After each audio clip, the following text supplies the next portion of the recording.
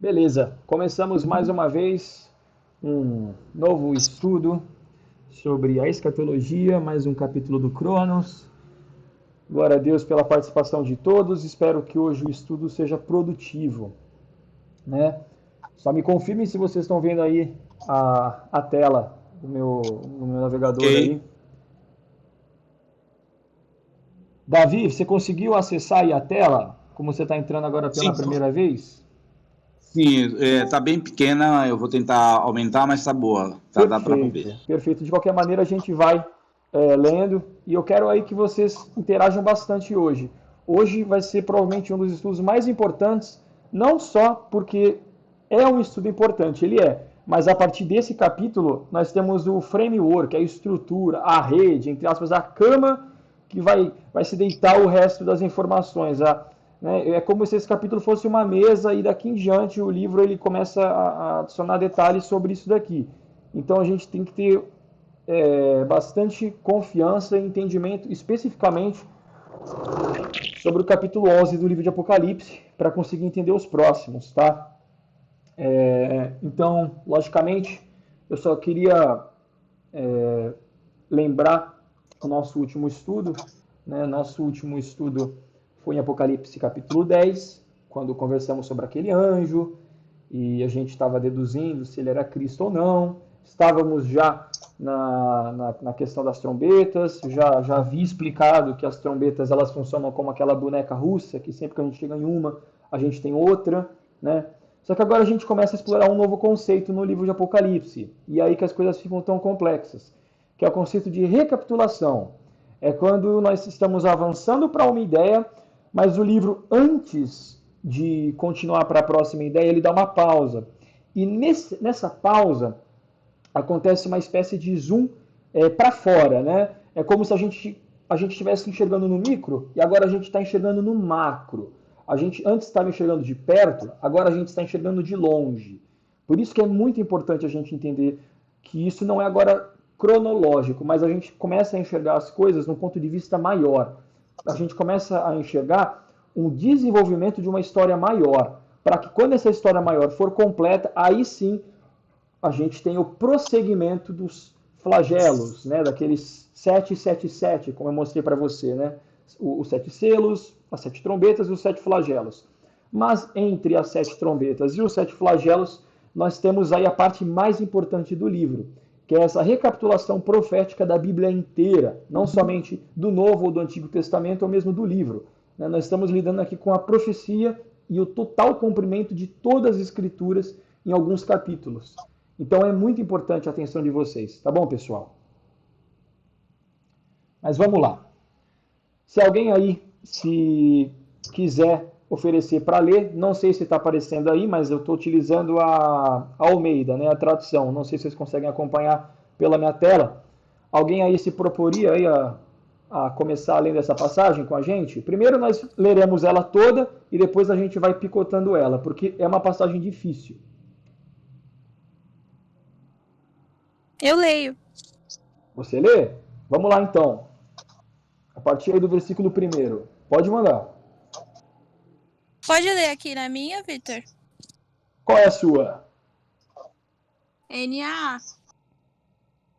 Então, essa passagem eu acho que já necessita uma tradução um pouco mais conservadora, entre aspas. Não sei como é a NAA, não sei se ela é mais fiel, que a gente vai precisar dos detalhes. Mas como depois a gente vai quebrar os detalhes, tá bom, pode ser na visão geral, sem problema.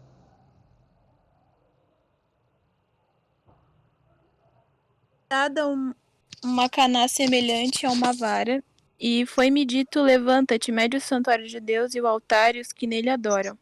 Mas deixa o átrio que está fora do santuário, e não o meças, porque foi dado aos gentios, e eles pisarão a cidade santa por 42 meses. E concederei às minhas duas testemunhas que, vestidas de saco, profetizem por 1270 dias. Estas são as duas oliveiras e os dois candeiros que estão diante do Senhor da terra. E se alguém lhes quiser fazer mal, das suas bocas sairá fogo e devorará os seus inimigos. Pois se alguém lhes quiser fazer mal, importa que assim seja morto. Elas têm poder para fechar o céu, para que não chova durante os dias da sua profecia, e tem poder sobre as águas para convertê-las em sangue e para ferir a terra com toda sorte de pragas quantas vezes quiserem.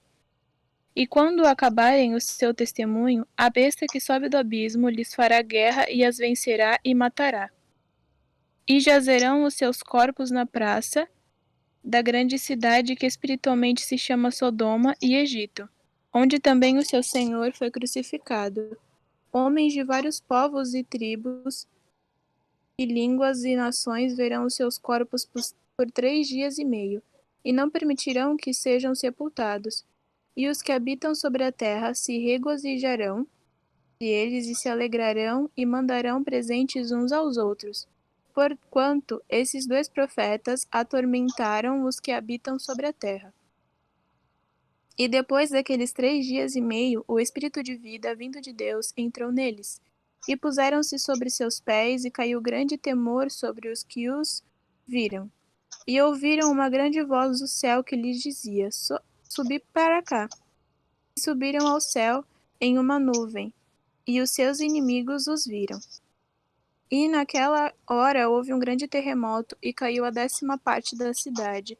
E no terremoto foram mortos 7.000 homens, e os demais ficaram atemorizados, e deram glória ao Deus do céu. É passado o segundo aí, eis que cedo vem o terceiro. E tocou o 7º anjo a sua trombeta, e houve no céu grandes vozes que diziam: O reino do mundo passou a ser do nosso Senhor e do seu Lídia, Cristo. Oi. pode parar aí. Eu acho que aí a gente já para e a gente já deixa pro finalzinho depois a gente fazer a análise. Beleza? Beleza. Tranquilo, pessoal.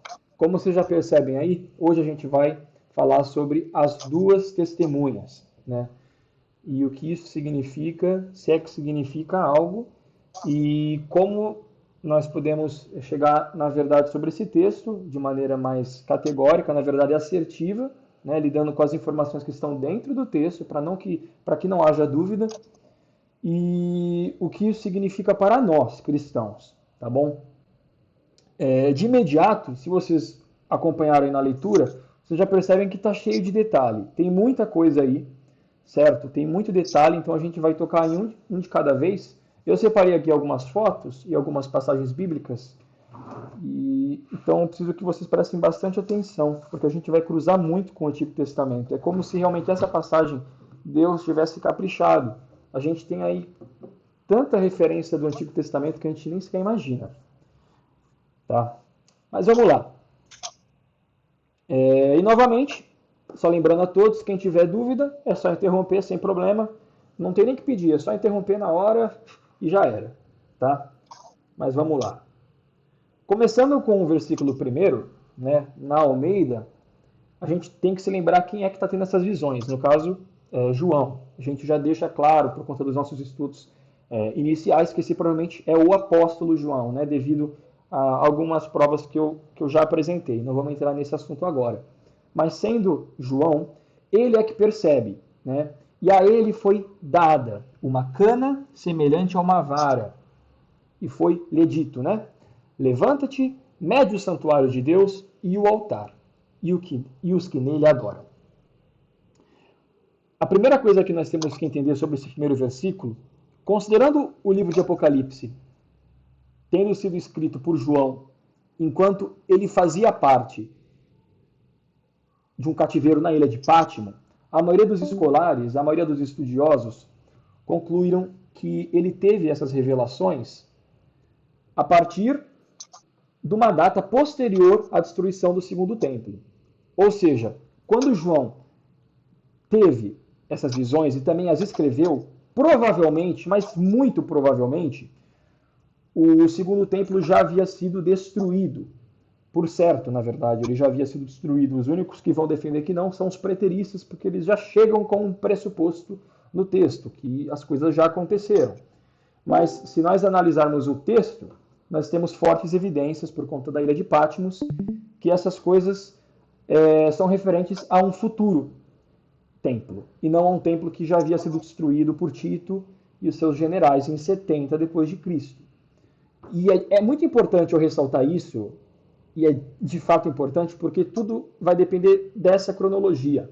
Se o que João viu já havia acontecido, ele, por certo, viu um julgamento passado. Mas se ele viu algo que havia ainda de acontecer, ele vê um julgamento futuro.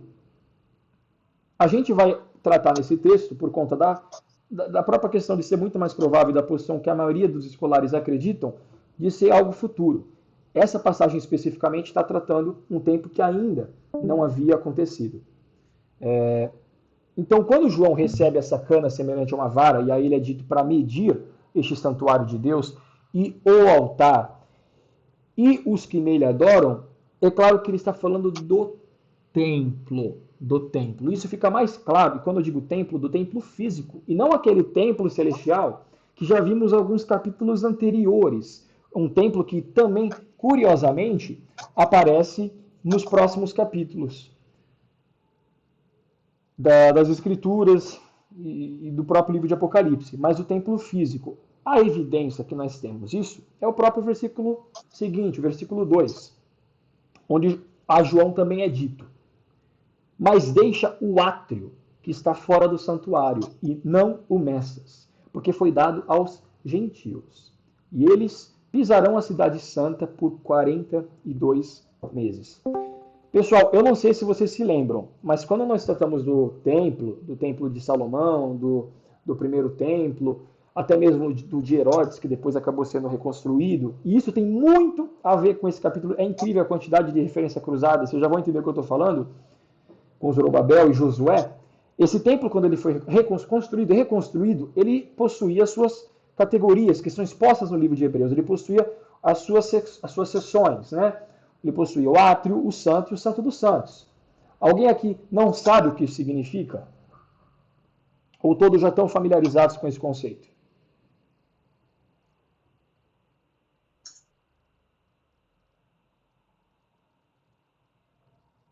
Por certo, silêncio é o silêncio. Então, Eu já sei. beleza. Então, vamos embora. A João é dito que ele deixe o átrio que está fora do santuário e não o meça, porque isso foi dado aos gentios, e eles pisariam a cidade santa por 42 meses. Eu acredito que aqui ninguém tem dúvida do que seria a cidade santa, até mesmo porque se ela é de fato pisada pelos gentios, ou em alguma... para quem não entende essa questão da distinção entre os gentios ou judeus, aqueles que não são judeus, simplesmente assim, nós, pelo menos acredito, a maioria de nós aqui somos todos gentios. Aparentemente, durante um momento, que são 42 meses, um termo que já foi associado anteriormente em outros capítulos, em outros livros, e volta a aparecer no livro de Apocalipse, a cidade santa, a cidade de Jerusalém, nesta terra, ela é pisada. Mas olha, calma, sem pressupostos ainda sobre o que é a cidade, ou se ela é santa ou não, porque aqui está acontecendo uma coisa muito mais complexa do que a gente imagina. E vocês vão entender como as coisas vão começar a se conectar de uma maneira incrível a partir desse capítulo. O que eu quero deixar claro já logo de início é que mesmo o átrio estando fora do santuário, ou seja, não sendo um alvo de adoração direto, não sendo muito menos comparado com o santo ou o santo dos santos, a parte exterior do templo, a ele, essa parte do templo é dado aos gentios. Né? Ou seja, eles têm acesso a um templo que na verdade não possuía-se antes, né? Ou pelo menos não fora das destruições que eles passaram com os imperadores anteriores, etc, etc. Quando nós temos essa informação, nós já entendemos. Bom, a Cidade Santa mudou. Estamos falando de um momento atípico nessa cidade, a Cidade Santa. Pois não só os gentios estão pisando na cidade, mas nós podemos assumir que, de repente, essa conotação pode ser tanto de invasão como de controle, como eles têm acesso, inclusive, ao átrio, ou seja, à adoração dos judeus. Eu não vou entrar incisivo aqui no porquê disso, porque eu acho que ainda não é o momento. Mas eu já deixo claro que isso provavelmente está acontecendo devido às falsas profecias messiânicas e tem a ver com o anticristo.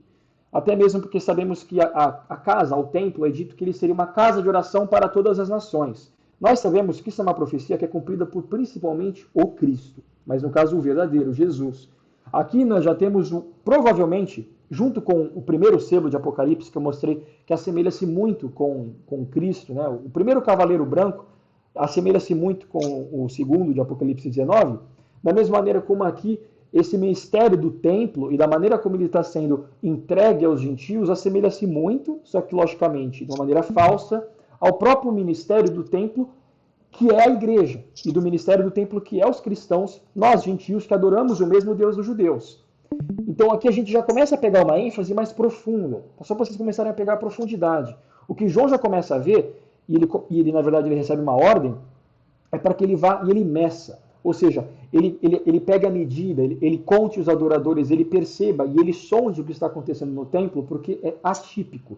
E seja lá a razão por trás, ela provavelmente não faz parte do normal da cidade de Jerusalém por conta da terminologia, tanto por ser entregue aos gentios, como por estar acontecendo num período de tempo muito associado aos 42 meses que já comentamos. São 3 anos e meio, um tempo, 2 tempos e meio tempo, ou 1.260 dias, né? Enfim. Aqui eu já devo ter falado bastante coisa, até para 2 versículos, parece que eu já falei muita coisa, são só 2 versículos, parece que eu já falei pra caramba, mas ninguém tem alguma dúvida, tem alguém com alguma dúvida sobre o que eu falei especificamente sobre esses 2? Eu só estou entregando o background, o contexto do versículo. Alguém tem uma dúvida até agora?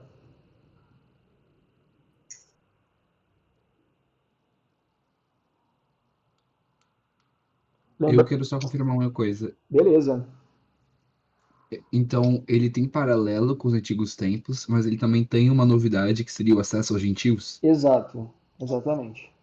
Perceba que o templo foi dado aos gentios. Ele foi dado. Entendi. Os 42 meses apontam para Cristo? Os 42 meses apontam para um tempo que é tanto associado com Cristo como ao anticristo. O ministério de Cristo durou 3 anos e meio. Sabemos que o anticristo também reina por 3 anos e meio. Entendi. Alguém tem alguma dúvida? Eu vou assumir que o silêncio é que está tudo certo. Só vai. Beleza. Versículo 3. E concederei às minhas 2 testemunhas que, vestidas de saco, profetizem por 1.260 dias.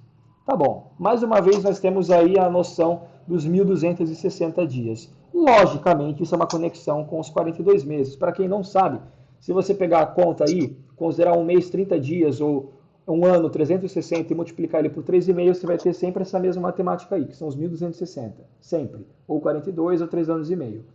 É um termo que a gente precisa se acostumar dentro do livro de Apocalipse e dentro do livro de Daniel. Ele acontece repetidas vezes. Tem a ver com a divisão do número 7. E aqui eu já vou ver se eu consigo pegar uma imagem específica.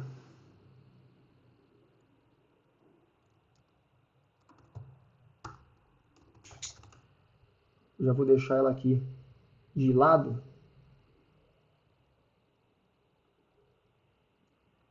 Tá em inglês, mas não tem muito problema, porque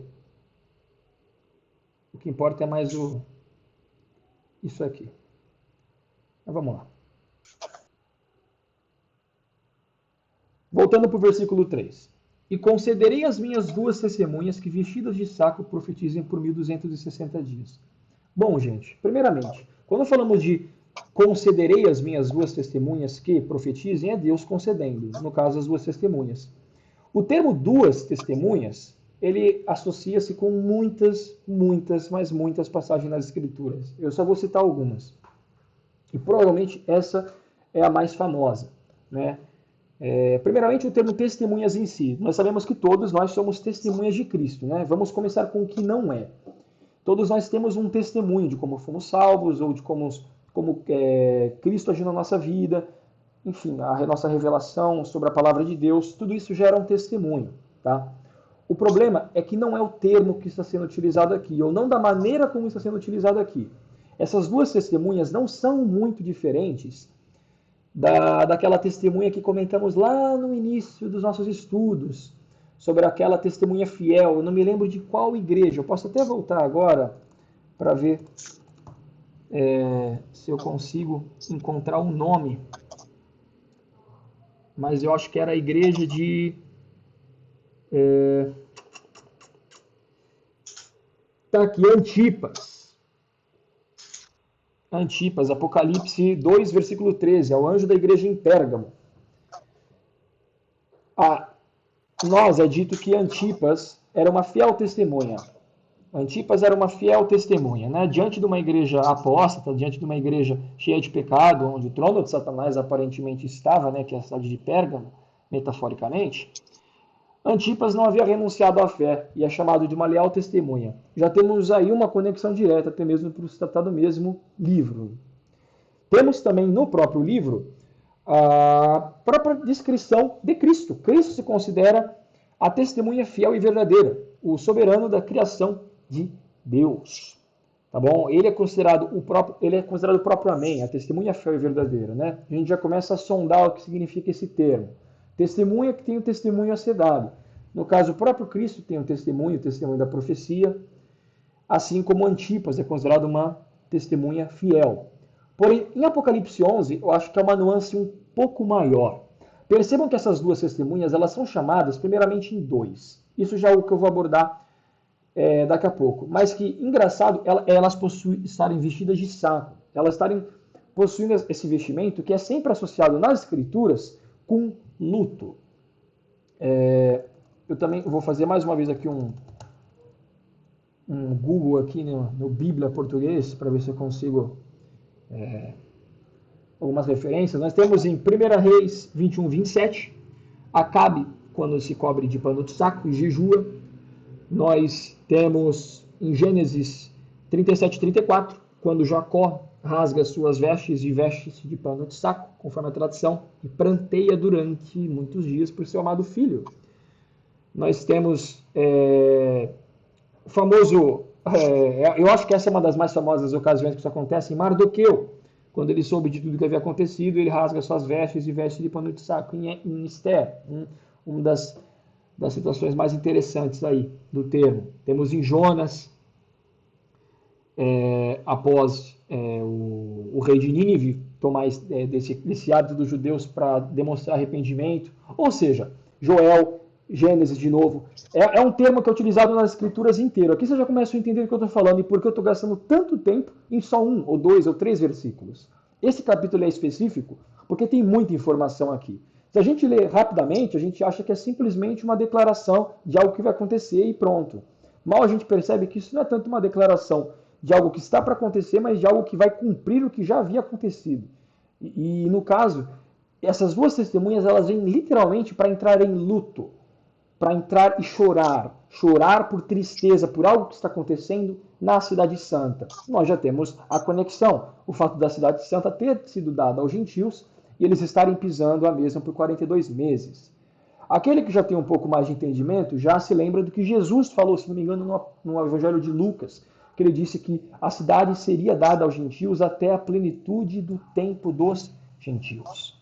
Ela estaria sendo escrava, entre aspas, dos gentios e não totalmente liberta. O Redentor Cristo mesmo, não teria vindo ainda até esse tempo chamado de plenitude do tempo dos gentios, o tempo em que todos os gentios seriam salvos. Esse já é o finzinho do tempo. Aqui a gente já começa a ter a profecia se cumprindo e a gente já percebe essas duas testemunhas que vêm para entrar em luto pelo acontecimento. Só que elas não vêm somente para entrar em luto, mas também para acusar. E é aqui que eu acho que provavelmente nós temos a maior referência a essa passagem. Não sei se vocês sabem, mas nós temos uma profecia em Deuteronômio. Eu acho que, se não me engano, é Deuteronômio capítulo 19. Vou pegar aqui para vocês rapidamente. É aqui que a gente começa a fazer a maior conexão e a gente já vai começar a ter um cenário melhor. Até aqui, alguém tem dúvida?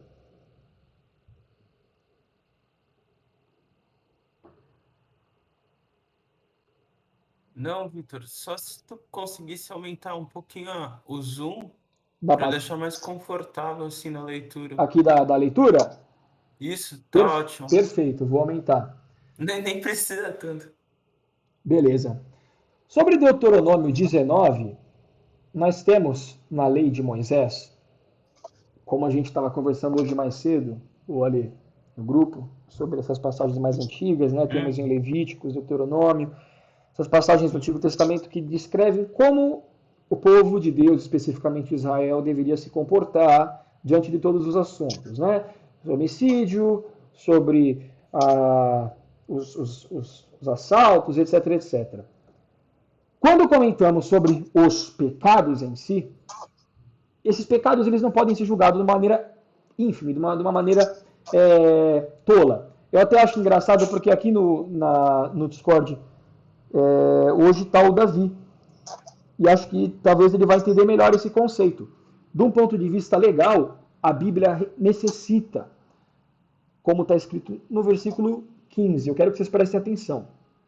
Uma só testemunha não se levantará contra alguém por qualquer iniquidade ou por qualquer pecado, seja qual for o pecado cometido. Mas pela boca de 2 ou de 3 testemunhas se estabelecerá o fato. O que nós temos introduzindo em Deuteronômio 19 é algo que já começa a beirar a parte do direito, a parte penal, né, jurídica. É como o povo de Deus deve julgar uma situação e receber o relato de uma acusação. Deus, ele deixa claro que a maneira de julgar uma situação imparcialmente é através de 2 testemunhas, biblicamente, né? Eu até percebi, a Duda está aqui. Oi, Duda. Estou vendo aqui agora quem está aqui na sala. Essa é uma parte que eu acredito que quem... eu não sei se até hoje a gente tem essas conexões no direito moderno, na parte jurídica, que eu não entendo tão bem assim, né? Mas pelo menos a Bíblia ela dá muita importância a esse fato. Sempre que for acontecer uma acusação ou até mesmo um relato, é necessário consultar 2 testemunhas para decidir se aquilo é verdadeiro ou não. E essas 2 testemunhas vão estabelecer o fato como verdadeiro. Ou seja, a gente tem diversas passagens na Bíblia confirmando isso. Só para mostrar para vocês, isso acontece inclusive com Cristo, tá? Mas, só para dar um exemplo mais breve, mesmo no Novo Testamento, em 1 Timóteo, Paulo ele faz uma referência ao assunto. Se vocês acompanharem aqui, em 1 Timóteo, capítulo 5, Paulo dá uma instrução sobre os assuntos da igreja. Não aceites acusação contra um ancião, senão com 2 ou 3 testemunhas. Paulo é muito assertivo, né? O ancião da igreja ele não pode ser julgado de uma maneira tola. Ele necessita do mesmo padrão que os judeus utilizavam para realizar os julgamentos no Antigo Testamento. Estão entendendo que é um padrão bíblico que não aparece do nada, que não simplesmente não surge no livro de Apocalipse, mas é que talvez alguns não estejam familiarizados com o conceito. Mas desde Deuteronômio, talvez até antes, até Timóteo, até o Apocalipse, nós temos esse conceito sendo aplicado em diversos capítulos e diversos livros da Bíblia, que é o conceito de 2 testemunhas chamadas para testemunhar não somente sobre o testemunho de Cristo, embora também seja necessário que o testemunho seja fiel, mas um testemunho de acusação, um testemunho que depõe contra alguém em pecado. Vocês estão começando a entender o conceito? Vitor, é muito engraçado que isso me lembrou muito que o meu pastor, ele sempre fala, sabe, o pastor João? Ele vira e fala que o Pentateuco, ele mostra Jesus. Ele revela muito Jesus e características, sabe? E é muito engraçado porque eu tô vendo isso por conta do Apocalipse. Porque Apocalipse, né, até em inglês é Revelation, né, tipo, e revelação de quê? De Jesus. Então, Exato. é muito lindo isso tudo, sabe? Porque realmente tudo é conectado, do começo ao fim. Com certeza. Eu acho que esse capítulo é que a gente vai ter mais, talvez o maior número dessas conexões, Nicole. São Uma várias. coisa também que eu ia agregar no comentário da Nicole, pela Bíblia a gente pode ver, por exemplo, que não somos, só um adicional, né? Não somos nós, no caso não é João que está se apropriando de uma lei judaica, mas a gente poderia dizer que talvez Deus fez a lei pensando no que aconteceria no fim dos tempos. Acho que essa é uma visão até mais bíblica, porque com certeza o Pentateuco revela Jesus, mas às vezes a gente costuma ver o Pentateuco revelando a Jesus como algo meio que indiretamente, sabe? Como se nós estivéssemos buscando algo ali, caçando, mas é o contrário. Na verdade, ele já foi feito pensando nisso. A gente tem que sempre ver dessa maneira. Perfeito, observação. Perfeito. Alguém quer falar mais alguma coisa? Oi. Eu quero. A Duda, ela me perguntou o que que você tinha falado em Deuteronômios moderno. Não, Ela tá um pouco perdida. tá ruim o som? Ela não tá conseguindo falar? Fala aí, Duda. Ela tá com vergonha. Eu perguntando pro Léo aqui, não, você falou sobre o direito moderno, sobre as testemunhas, né? Isso. Eu não Eu sei se tava isso só ainda. perguntando. Eu não sei. Eu perguntei para você e para o Davi. Não sei se o Davi também ouviu. Eu sei que, pelo meu assim, conhecimento bem simplório, eu sei que na questão acho que de casamento e de divórcio ainda são necessários pelo menos a questão das testemunhas. Eu não sei se isso abrange outras áreas no direito hoje em dia. Vitor, Oi? qualquer caso jurídico, qualquer caso que precise ir para um tribunal, você precisa de 2 a 3 ou mais testemunhas e 3 provas. Para qualquer caso, se você não tiver isso, você não é ouvido. Ah, perfeito. Eu não sabia disso não. Nossa, amiga, aconteceu o que contigo? Eu tô brincando. Oi, Vitor. É porque eu já quis fazer faculdade de direito, então eu dei uma pesquisada antes. Oi, Vitor. Maravilhosa, né, Ó, gente? Não tem nem o que falar. O Davi tá falando uma coisa Você aí tá, também. você tá me ouvindo, Vitor? Tô ouvindo. Tá me ouvindo? Isso. Então, não é bem assim, tá? Testemunha é uma dos tipos de prova que existe no Código de Processo, tá? Tanto penal quanto processo civil. Tem casos, inclusive, que dependendo do valor de comprovação, não é admitido a prova testemunhal, tem que ser documental. E divórcio hoje, normalmente você faz uma ação e às vezes nem audiência tem, dependendo do caso. Se for um caso litigioso e a questão for de direito e tiver realmente todos os quesitos necessários, o juiz nem faz audiência, ele já, como questão de direito, ele julga antecipado. Mas quando tem audiência, realmente a nossa irmã tem alguma razão, porque você tem a possibilidade de fazer prova testemunhal, se você tiver essa prova testemunhal, né? Mas como falamos de testemunha no Evangelho, na verdade, a minha visão não é assim tão idêntica à processual hoje brasileira, mas sim de comprovação, de testemunhar uma verdade, um fato, né, que é o Evangelho. Né? Então, eu vejo assim, assim num prisma um pouco diferente, mas não deixa.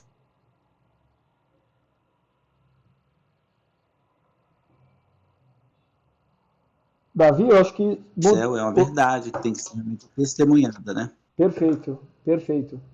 Eu não entendo muito dessa área da questão do direito, foi realmente mais uma curiosidade. De qualquer maneira. Assim como eu também sou um pouco leigo em Apocalipse, embora tenha estudado muito, e tudo que vocês falam para mim sempre é algo a mais para mim, né? Não, perfeito, com certeza. De qualquer maneira, eu queria apresentar mais um exemplo da questão da lei dos judeus. Né? Era tão importante a necessidade de apresentarem 2 ou 3 testemunhas nos julgamentos, que até mesmo no Sinédrio, quando Jesus ele estava para ser julgado, percebam, em Mateus 26, no versículo 59, é dito: Ora, os principais sacerdotes e todo o Sinédrio buscavam falso testemunho contra Jesus para poder entregá-lo à morte, e não achavam, apesar de se apresentarem muitas testemunhas falsas. Mas, por fim, compareceram 2 e disseram-lhe: Este disse, posso destruir o santuário de Deus e retificá-lo em 3 dias. Etc. O resto da história a gente já sabe o que acontece.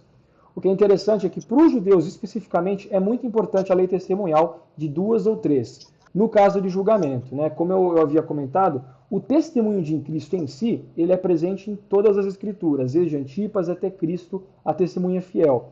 A gente percebe que está sendo reinvocado, reintroduzido o contexto das testemunhas de Deuteronômio pelo número. Desde de Mateus 26, versículo 59, a 1 Timóteo, como a gente viu, sempre que esse número aparece junto desse termo, nas escrituras, o contexto é sempre de julgamento. A gente vai ter mais prova no próprio texto em si. Mas essas 2 testemunhas, elas são chamadas para testemunhar de Cristo E para testemunhar, depor entre aspas, né? Contra aquele que está se passando como Cristo. E isso vocês já vão perceber daqui a pouco.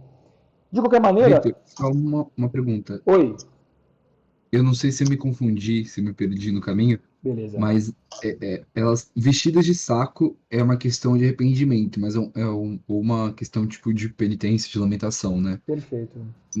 Mas essa lamentação é pelo pecado do anticristo ou é o quê? De tudo. Vocês já vão perceber rapidinho. Daqui a pouco vocês já vão perceber o que está acontecendo exatamente. Eu já vou Tá bem. introduzindo. Vamos com calma, pessoal. Versículo 4. Estas são as duas oliveiras e os dois candeiros que estão diante do Senhor da terra. Mais uma vez, é somente um versículo, mas a gente tem muito para tirar daqui. Primeiro que aqui João, na verdade, ou Deus, está fazendo uma referência a Zacarias. Essas são as duas oliveiras e os dois candelabros ou candeiros que estão diante do Senhor da terra. Não só Zacarias, como também as 7 igrejas que a gente já lidou. Então, novamente, vamos lá para as referências. Eu só vou pegar aqui a passagem certinho.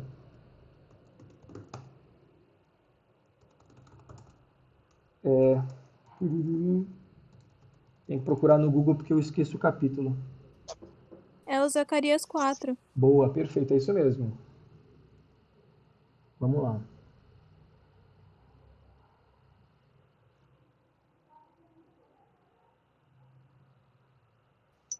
Tá certo. Zacarias 4. Lembrando o contexto do profeta Zacarias. Reconstrução do templo após o primeiro ter sido destruído. Quem eram Zorobabel e Josué, que vão ser citados? Aqueles que estavam por trás da reconstrução. Eram os dois eleitos do Senhor naquele momento, os dois ungidos do Senhor naquele momento, para fazer esta obra específica. Percebam. A partir do versículo 2. E me perguntou, o que vês? Respondi, óleo, e eis um castiçal todo de ouro, e um vaso de azeite em cima, com 7 lâmpadas, e as 7 canudos que se unem às lâmpadas que estão em cima. E junto a ele há 2 oliveiras, uma à direita do vaso de azeite e outra à sua esquerda. Então perguntei ao anjo, meu senhor, o que é isso? Respondeu-me o anjo, não sabes o que é isso? Não, meu senhor. Ele me respondeu dizendo, esta é a palavra do Senhor a Zorobabel, dizendo, não por força nem por poder, mas pelo meu espírito, diz o Senhor dos Exércitos. Quem és tu, ó monte grande, diante de Zorobabel, tornará-te uma campina, e ele trará a pedra angular com aclamações. Voltando, só pular aqui para o versículo 11. Falei mais e lhe perguntei, quem são essas 2 oliveiras, à direita e à esquerda do castiçal? Segunda vez falei-lhe, perguntando, quem são aqueles 2 ramos de oliveira que estão junto aos 2 tubos de ouro e que vertem de si azeite dourado? E ele me respondeu, dizendo, não sabes o que é isso? Não, meu senhor. Estes são os 2 ungidos que assistem junto ao Senhor de toda a terra. É necessário a gente entender novamente o contexto. Perceba, versículo 4. Essas são as 2 oliveiras e os 2 candeiros que estão diante do Senhor de toda a terra. É claríssima a conexão direta com Zacarias. Apocalipse ele não está somente trazendo a linguagem do capítulo 4 de Zacarias como o mesmo conceito. Zacarias e Zorobabel Josué e Zorobabel foram confortados através do profeta Zacarias a ter ânimo, a se animar diante daquilo que estava para acontecer, e isso fazia parte do processo de Deus. Deus não havia saído do controle. Eles estavam chateados por conta da dificuldade, etc, etc. É uma profecia de ânimo para eles. E sobre esses 2, é dito que eles são as 2 oliveiras e os 2 candelabros, da mesma maneira como em Apocalipse é dito sobre essas 2 novas testemunhas, que estão diante do Senhor da terra. Provavelmente, o que temos aqui sendo inferido no texto é o mesmo papel desses 2 no momento ministerial profético que eles aparecem. Zorobabel e Josué foram tão importantes naquele momento, da mesma maneira como estes 2 serão neste momento de reconstrução, momento de realinhamento. Só que aqui, não de um templo, porque o templo já existe. Perceba, eles na verdade profetizam contra o templo. Contra não exatamente ao templo, mas aos adoradores do templo. Já em Zacarias, Zacarias profetiza em relação à construção de um templo que não havia ainda sido construído. A conexão é direta, pessoal. Por que o Apocalipse tira isso de Zacarias é muito simples. Momento profético uno. no momento de Israel. Aqui o povo provavelmente está diante, talvez, um êxtase, diante de uma alegria de estarem vendo aquilo, e quando eu digo povo do mundo, não nós cristãos. E vocês vão entender daqui a pouco nos próximos versículos. E eles são chamados aí no sentido contrário, e lamentar, porque percebem que aquela adoração é profana. Aqueles que estão adorando, por mais que tenham recebido o direito de estar ali, não fazem com santidade. Por isso a noção, como já abordamos no versículo 2, de pisarem a cidade santa. É o que Jesus comentou no seu sermão escatológico do tempo do fim. Ou seja, a gente pode concluir que essas duas testemunhas são chamadas especificamente no fim de tudo, antes, durante ou após a desolação de Israel pelo anticristo, e que elas chegam nesse momento para testemunhar de luto pelo que está acontecendo e contra a besta que há de aparecer, como nós vemos a partir do versículo 7. Mas antes de eu passar para aqui, eu só quero também lembrar que isso pode também ser o cumprimento total daquela profecia de Zacarias. Possivelmente, a profecia para Zacarias estava de fato apontando para esses dois, e não somente para Josué e Zorobabel, embora isso a gente não possa ter muita assertividade. Né? Como eu já falei, é melhor a gente lidar com os fatos certos. Mas temos possivelmente uma profecia dupla lá, ou possivelmente não.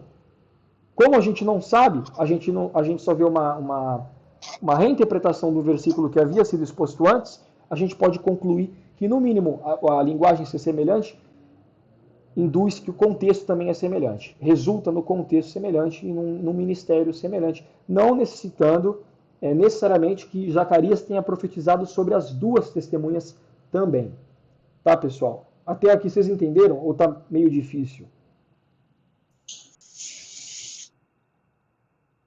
Então, só para confirmar, a profecia de Zacarias foi para duas testemunhas específicas que já se passaram. Exato, Zorobabel e Josué. Perfeito. Pessoas. Perfeito, exato. Isso. Aqui, na verdade, é uma conexão àquele tema, mas não necessariamente a mesma profecia, é isso? Exatamente. É uma linguagem reinterpretada. É que nem nós temos sobre o próprio termo duas testemunhas. Como eu falei, sempre que aparece esse termo nas Escrituras, o fato de serem chamadas duas dá indício não só de unidade entre as duas, como Jesus mesmo ele manda de 2 em 2 para evangelizar, como a associação testemunhal de Deuteronômio, a associação de testemunho jurídico. Mas não necessariamente que Deuteronômio esteja falando sobre isso, não necessariamente que Zacarias esteja falando sobre isso. Por mais que aponte, não necessariamente é o cumprimento literal. A gente entende que o livro de Apocalipse é um cumprimento de sombras, e não necessariamente de profecias diretas. Tá? Não necessariamente Zacarias profetizou sobre o acontecimento, mas ele profetizou sobre algo que, na verdade, precisava também ser cumprido desta maneira como está sendo cumprido aqui. É mais ou menos isso. Embora também haja a possibilidade de que eles estavam de fato ali, mas como isso é somente uma possibilidade, não acho que vale a pena a gente ser muito assertivo em relação a isso, ser muito dogmático. Eu acredito que as duas visões podem estar certas. Beleza? Beleza. Tá. Agora a questão é, quem são as testemunhas e como elas aparecem? O versículo 5. Se alguém lhes quiser fazer mal, das suas bocas sairá fogo e devorará os seus inimigos.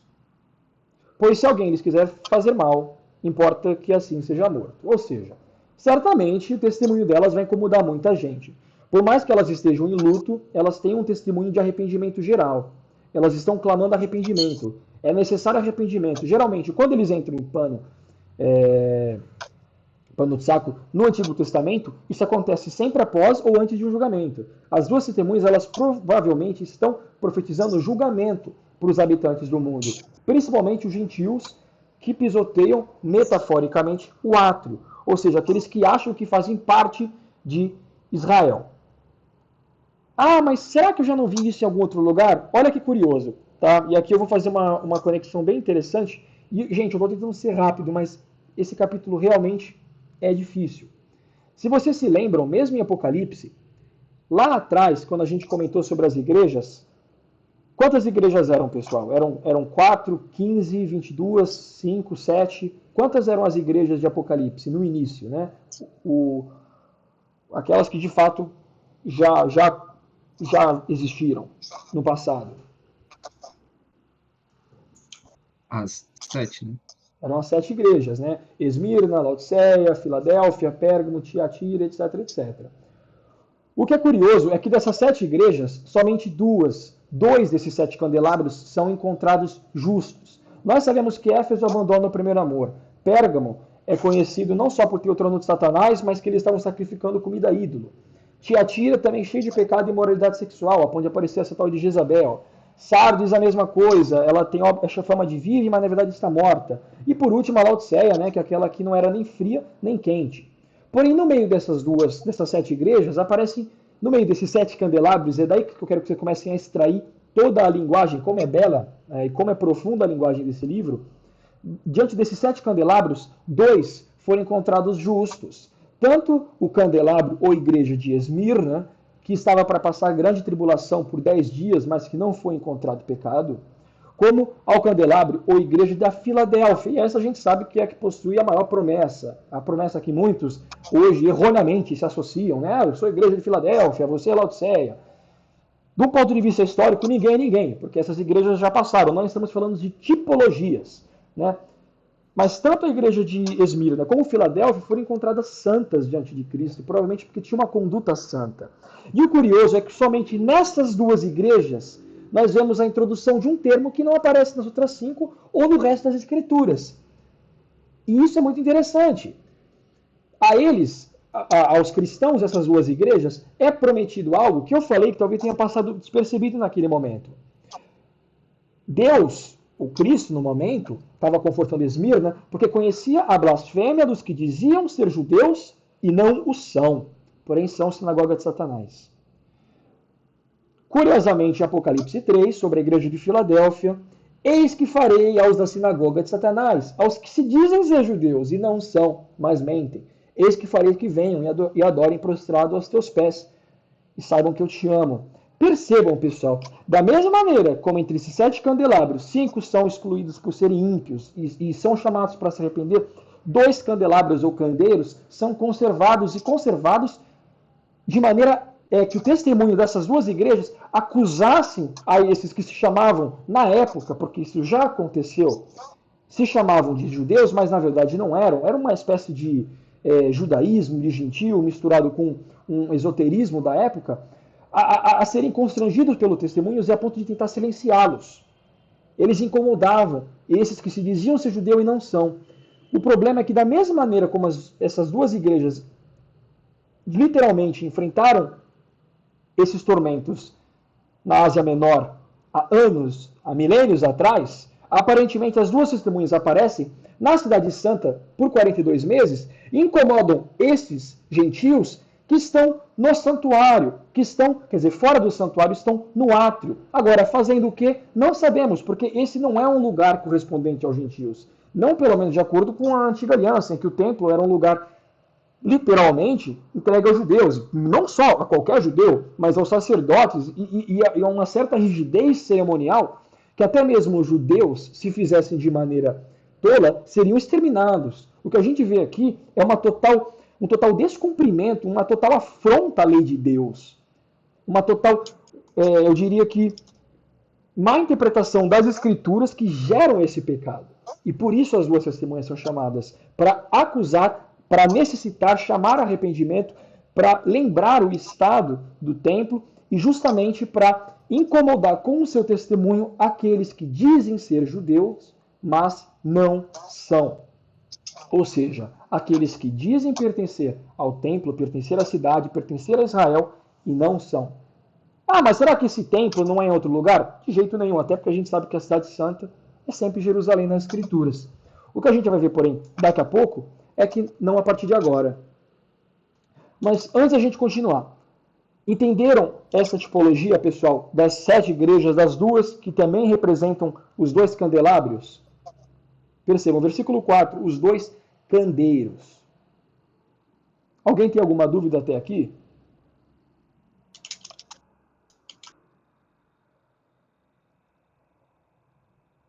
Tá tranquilo. Beleza, mais uma vez eu vou associando o silêncio como um joinha.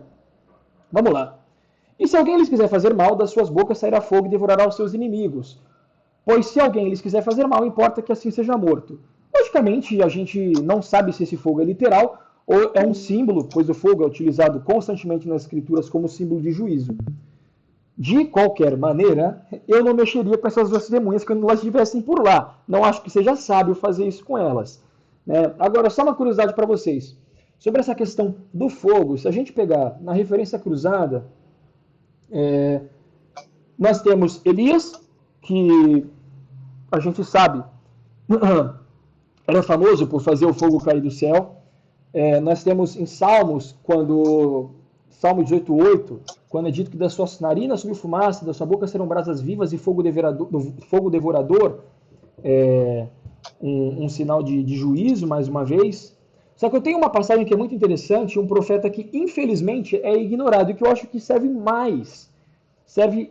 Ele é esquecido, mas ele entra melhor aqui na peça do quebra-cabeça, que é Jeremias. Em Jeremias, capítulo 5, é escrito: por este motivo assim determina o Senhor, o Deus dos exércitos, porque falaste esta palavra, eis que farei de minhas palavras um fogo em tua boca, e desse povo lenha que o fogo devora. A gente não tem que se lembrar que Cristo também é aquele que tem a espada que sai da sua boca. Aqui eu acredito que muito provavelmente nós estamos falando de um símbolo. Não sei se de fato as duas testemunhas vão ter um poder para emanar fogo de suas bocas. Certo? A gente não pode concluir isso por conta de como o símbolo é utilizado sempre nas escrituras, inclusive com o profeta, Jeremias. Mas provavelmente a maior conexão é justamente com ele, até mais do que com Elias, embora ele vá ser também chamado daqui a pouco. De qualquer maneira, essas duas testemunhas estão julgando essas pessoas. Elas não estão ali para brincar ou para confortar o ego daqueles que estão fazendo essa maldade no templo. Eles estão sendo duros em relação aos adoradores do templo. Tá? O fato de sair fogo indica juízo, pessoal. Ponto. Aqui, realmente, contra esse fato, a gente não tem nem o que discutir. A questão é se esse fogo é literal ou somente em juízo, né? Se através da boca dessas testemunhas as pessoas serão mortas, né? Que morra, que seja destruído, e de fato isso aconteça. A gente fala, mas seria certo isso acontecer? Lógico que sim. Né? No tempo, o que for necessário para conduzir o povo ao arrependimento, Deus vai trazer, ou tentar trazer. E aí que a gente começa a trazer de outros profetas, por exemplo, versículo 6. Elas têm poder para fechar o céu, para que não chova durante os dias da sua profecia, e têm poder sobre as águas para convertê-las em sangue, e para ferir a terra com todas as sortes de pragas, quantas vezes quiserem. Vamos lá, pessoal, agora eu vou fazer um quiz aqui, uma pergunta. Quem na Bíblia nós sabemos que teve poder para fechar o céu para que não chovesse? Vamos ver se você sabe.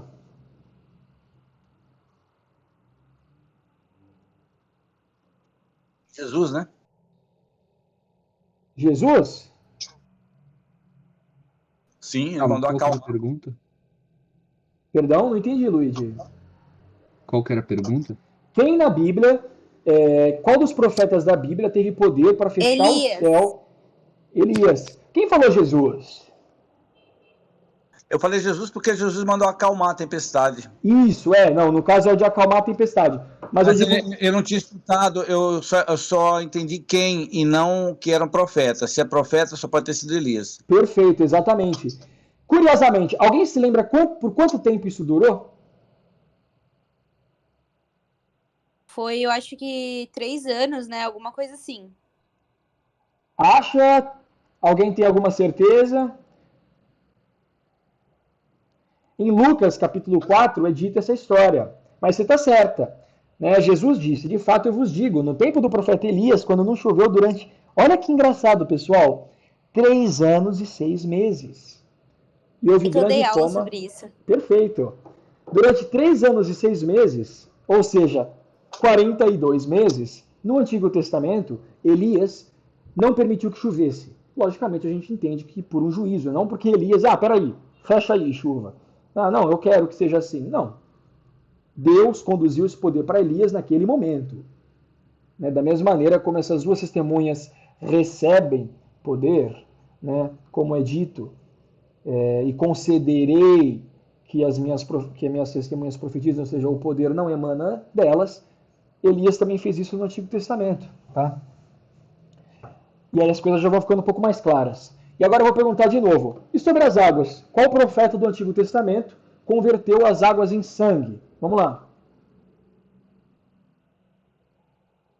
Moisés? Moisés, exatamente. É uma das pragas das mais famosas. Né? Eu acho que aí a gente já está entendendo o cenário.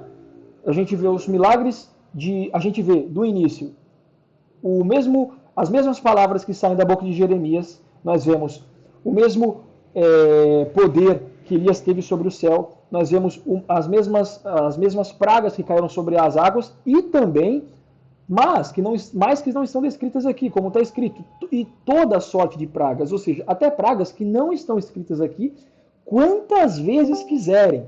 Ou seja, estes dois profetas recebem um poder extraordinário durante esses 1.260 dias ou 42 meses para representar todos os profetas do Antigo Testamento, Moisés, Elias, Jeremias, Zacarias, inclusive, não somente profetas, mas generais, como, acho que se não me engano, Josué era o general da época, e Zorobabel, se não me engano, era o príncipe, agora eu não me lembro o termo correto, mas não somente esses profetas, mas quase que muitos dos homens de Deus, quase a maioria dos servos e homens de Deus do Antigo Testamento que pregavam em tempo de pecado, pregavam em tempo que era necessário arrependimento, por isso que eles são chamados.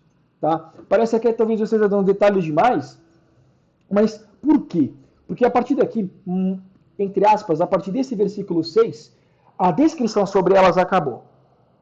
E a partir Vitor, eu vou indo lá. Beijo que eu vou pra aula. Perfeito. Amo muito vocês. Tchau. Tchau, tchau. Oi, tchau. Tchau, Nicole. A partir do versículo 7, pessoal, a gente tem um prosseguimento para o livro e o que acontece com infelizmente, a morte das duas testemunhas, tá? Mas, de qualquer maneira, até aqui já ficou claro que estamos falando de dois profetas literais. Se não, nos próximos versículos vai ficar. Porque acontece, pessoal? Como eu falei, esse é um tema muito complexo, e não complexo porque ele é, mas porque as pessoas o tornaram mais complexo do que de fato ele é.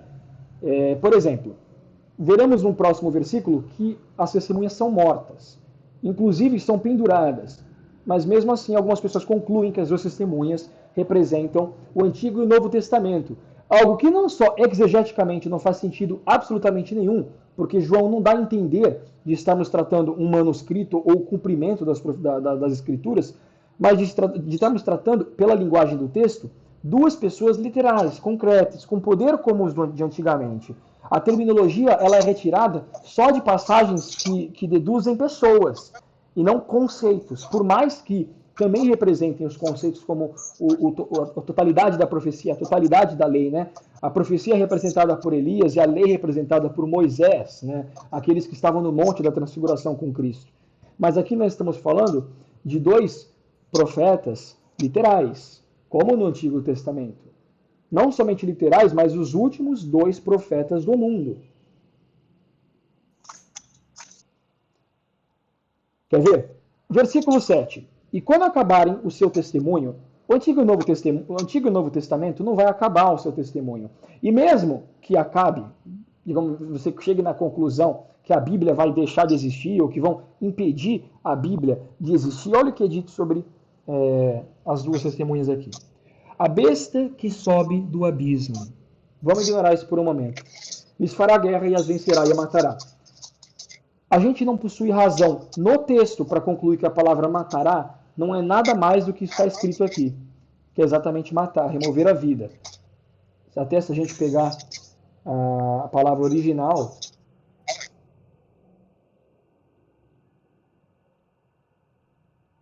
é apoctnei, eu não sei se eu estou pronunciando exatamente, mas quando o mesmo termo aparece em João, no Novo Testamento, ele é introduzido de maneira literal.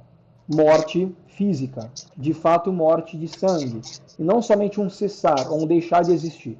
Algumas pessoas criticam a ideia que as duas testemunhas representam dois homens, dois profetas, porque acreditam que o ministério dos profetas já acabou.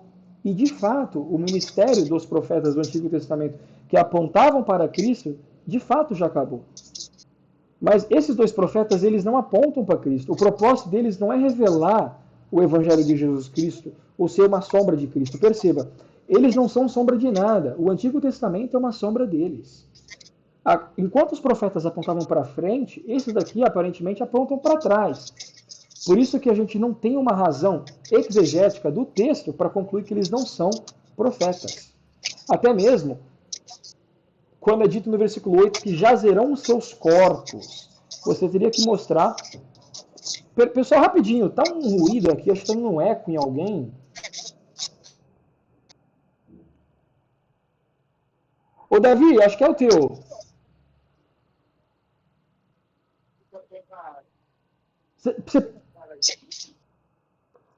Davi, você tem como mutar rapidinho o seu som? Eu sei, eu não vi.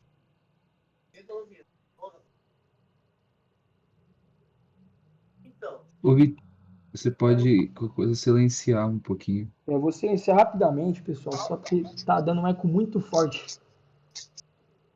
Pronto, pessoal. Espero que o Davi não queira falar exatamente agora, mas é rápido. Pessoal, perceba, a partir do versículo 8 é escrito: jazerão os seus corpos na praça da grande cidade, que espiritualmente se chama Sodoma e Egito, onde também o Senhor foi crucificado. Nós temos mais uma vez o argumento, um versículo que exegeticamente aponta contra a ideia de estarmos tratando de um conceito, ou de um livro, ou dos 66 livros da Escritura. Você teria que explicar por que o Antigo e o Novo Testamento profetizam, como o Antigo e o Novo Testamento possuem boca, e ainda mais fazem sair fogo de sua boca, têm poder de fechar o céu, terminam um testemunho, conseguem ser mortos, têm os seus corpos pendurados na praça da grande cidade e ainda são ressurretos.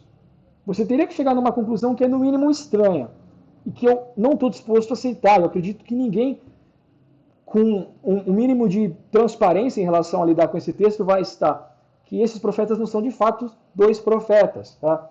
Já para quebrar essa primeira heresia, eu não sei qual das seitas tem essa heresia, eu não me lembro agora. Se alguém souber, pode interromper aí de boa para falar. Mas algumas pessoas acreditam até hoje que estamos falando do Antigo e do Novo Testamento, de umas outras loucuras aí, tá? Não é isso que o texto está falando. Nós não temos razões textuais para apontar para isso. As razões que estão no texto apontam para dois profetas. Qualquer judeu acostumado com as profecias do Antigo Testamento, que viveu as profecias, vai conseguir ler o texto da mesma maneira, logicamente em grego. Só que da mesma maneira. A linguagem não muda. Tá bom, pessoal? A única simbologia é a dos dois candelabros que já foi apresentada, das duas igrejas e de Zacarias. De resto, nós estamos tratando de um evento literal. Tá? Eles possuem vida em si próprios. Tá? Não são as escrituras sagradas. De maneira nenhuma, não retirando o poder das escrituras. Mas não faz sentido a gente fazer uma exegese aqui. Né? Porque eu acredito que, aliás, se eu não tivesse nem sequer falado dessa interpretação, muitas pessoas aqui nem sequer pensariam que existe essa interpretação. Essa é a prova que não estamos falando disso, né? Alguém teve essa ideia e é fácil de colocar isso no texto. Mas se a gente ler do texto para fora, essa ideia simplesmente não está aqui, ela não existe. Tá, pessoal? Entenderam o que eu falei até aqui? Tem alguma dúvida? Entenderam o que eu estou tentando refutar especificamente?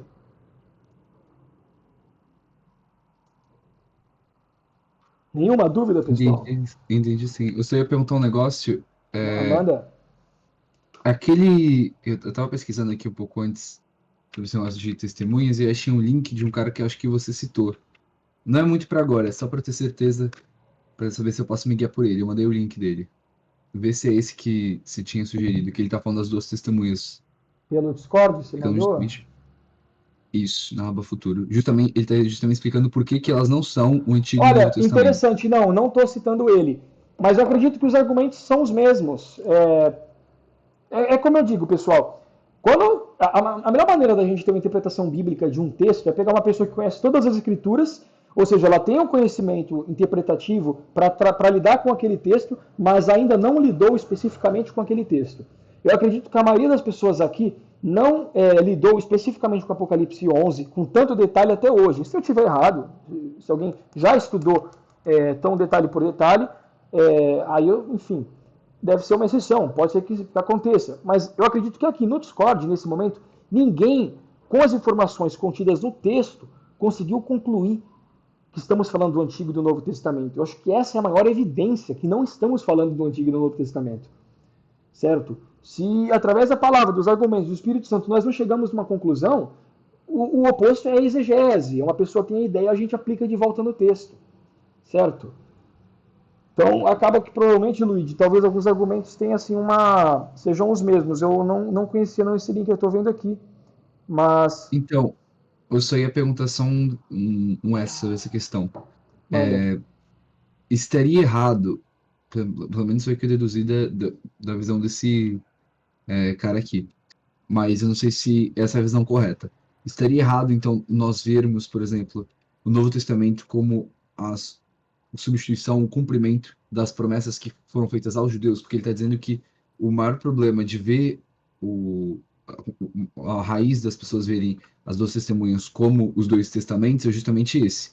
Ele dá uma explicação aqui, que as pessoas veem historicamente por causa dessa visão, e diz que estaria errado, então, nós vemos as promessas que foram feitas aos judeus e estendê-las para os cristãos. Que eu lembro que uma vez você comentou sobre isso, acho que em Ezequiel. Aí a gente já começa a entrar na questão da teologia do pacto, a teologia do suprassociacionismo, dispensacionalismo, etc, etc. Essa questão já é muito profunda para hoje. Só que a gente já pode assim, dar uma pincelada de leve. O Novo Testamento, ele não é o cumprimento do Antigo Testamento. Cristo é o cumprimento dos profetas e da lei. De maneira que, por exemplo, até Cristo aparecer, enquanto ele não aparecia ainda, no início do Novo Testamento, nós temos a genealogia, o aparecimento de João. Não temos ainda um cumprimento do Antigo. A gente começa a ter o cumprimento das profecias. É importante mostrar isso, porque por que eu estou tentando distinguir aqui? Cristo cumprir o Antigo Testamento é diferente do Novo Testamento cumprir o Antigo Testamento. O Novo Testamento é a revelação de Cristo que cumpriu. Até porque se a gente entende que o Novo Testamento cumpriu o Antigo Testamento, fica estranho novamente utilizá-los aqui, porque aqui eles possuem o mesmo poder de revelação e não um tomando o lugar do outro. Se estivéssemos falando disso, estaríamos buscando apenas uma testemunha aqui, e seria justamente o novo. O próprio fato do termo duas está sendo utilizado, caso essa interpretação estivesse certa, e com certeza não está, já deduz, a gente já pode deduzir que o novo não substituiu, quanto menos cumpriu. Né? Ele no máximo revela, quem cumpre é Cristo. Certo? Ou seja, tanto o Antigo Testamento como o Novo Testamento têm a mesma importância. Até mesmo dentro dessa visão, caso os dois testamentos estivessem aqui, nós estaríamos vendo os dois nivelados, os dois testamentos testemunhando contra a abominação do templo, os adoradores e ao anticristo. Tá? É sempre bom de separar. O debate é se Cristo e o seu ministério cumpriu a lei e os profetas e o Antigo Testamento. Não se o Novo Testamento em si cumpre algo, porque o Novo Testamento é o relato do que Cristo fez. A gente tem sempre que distinguir assim os termos para ficar claro. Tá? Deu para entender mais ou menos? Entendi. Era só mesmo essa introdução que estava me confundindo. Perfeito. De qualquer maneira, pessoal, eu asseguro a vocês, a gente não está falando de Antigo Testamento, de nada dessas coisas aí. Nós estamos falando de fato de dois profetas que são chamados, como eu mostrei para vocês, Deuteronômio, são chamados por conta da abominação que passa a correr na Cidade Santa, que na verdade não é tão santa. Percebam, versículo 8, após isso acontecer, após elas serem mortas, né? E jazerão os seus corpos na praça da grande cidade. Esse termo só aparece depois em Apocalipse 17, quando estamos falando da grande prostituta, a grande cidade que reina sobre os reis da terra. Curiosamente, aqui ela também é uma prostituta, no sentido que espiritualmente ela se chama Sodoma e Egito. Mas o que fica curioso aqui é a descrição de quem seria essa cidade, onde também o seu Senhor foi crucificado. Pessoal, pergunta rápida, menos o Luigi, porque eu já conversei sobre isso com ele. Qualquer pessoa. Vamos lá, pessoal. Aonde Jesus foi crucificado? Em que cidade Jesus foi crucificado, gente? Resposta rápida.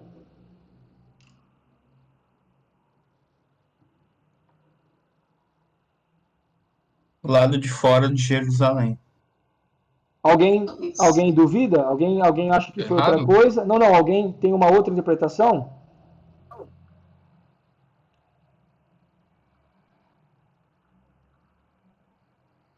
Alguém possui um outro palpite? É isso, pessoal. Né? Jesus foi crucificado ao lado de fora, no Gólgota, né, o que hoje atualmente está dentro da Cidade Velha, em Jerusalém, né, dentro do distrito de Jerusalém.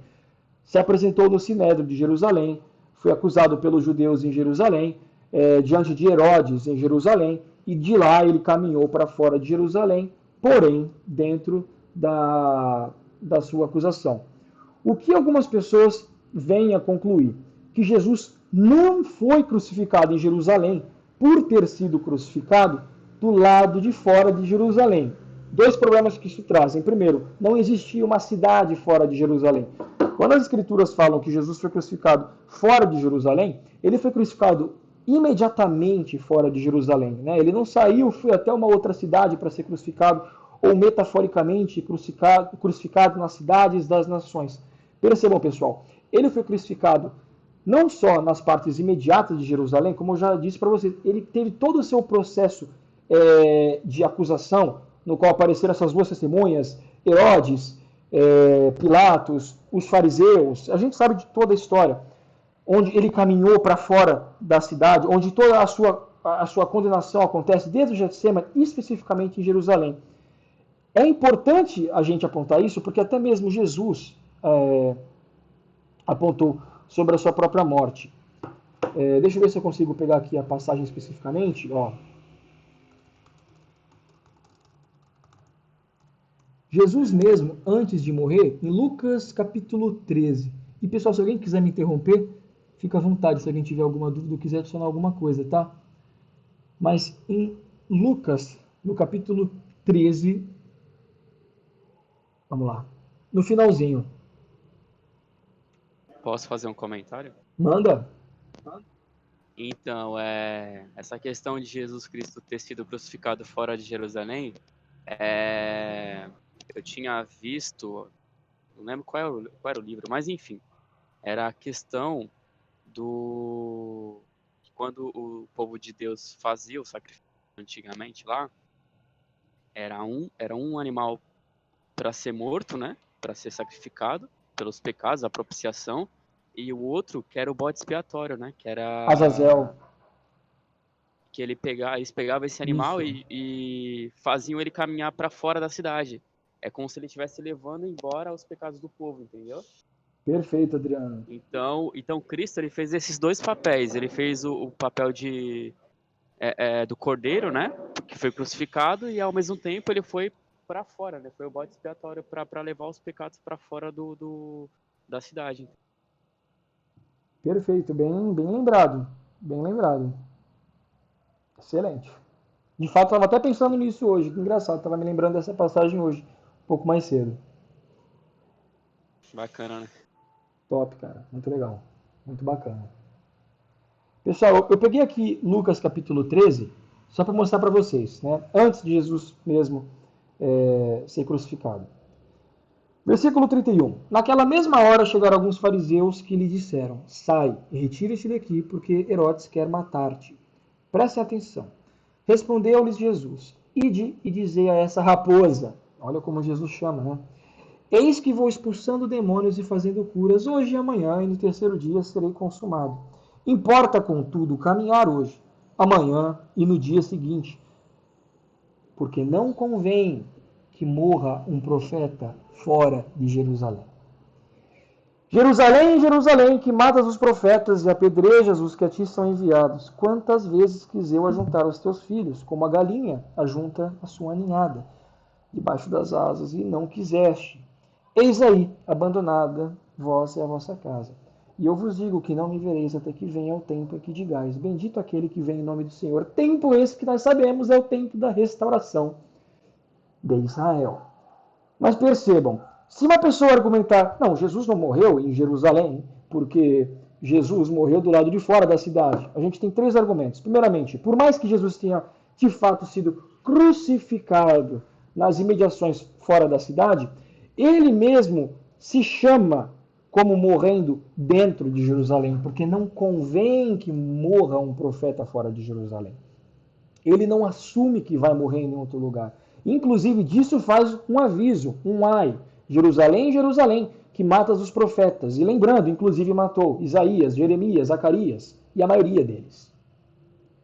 Segundo argumento contrário, que Jerusalém, na verdade, é isso aqui, isso aqui. Gente, o lugar hoje que Jesus morreu está dentro da cidade nova de Jerusalém. Foi incorporado pela nova cidade de Jerusalém.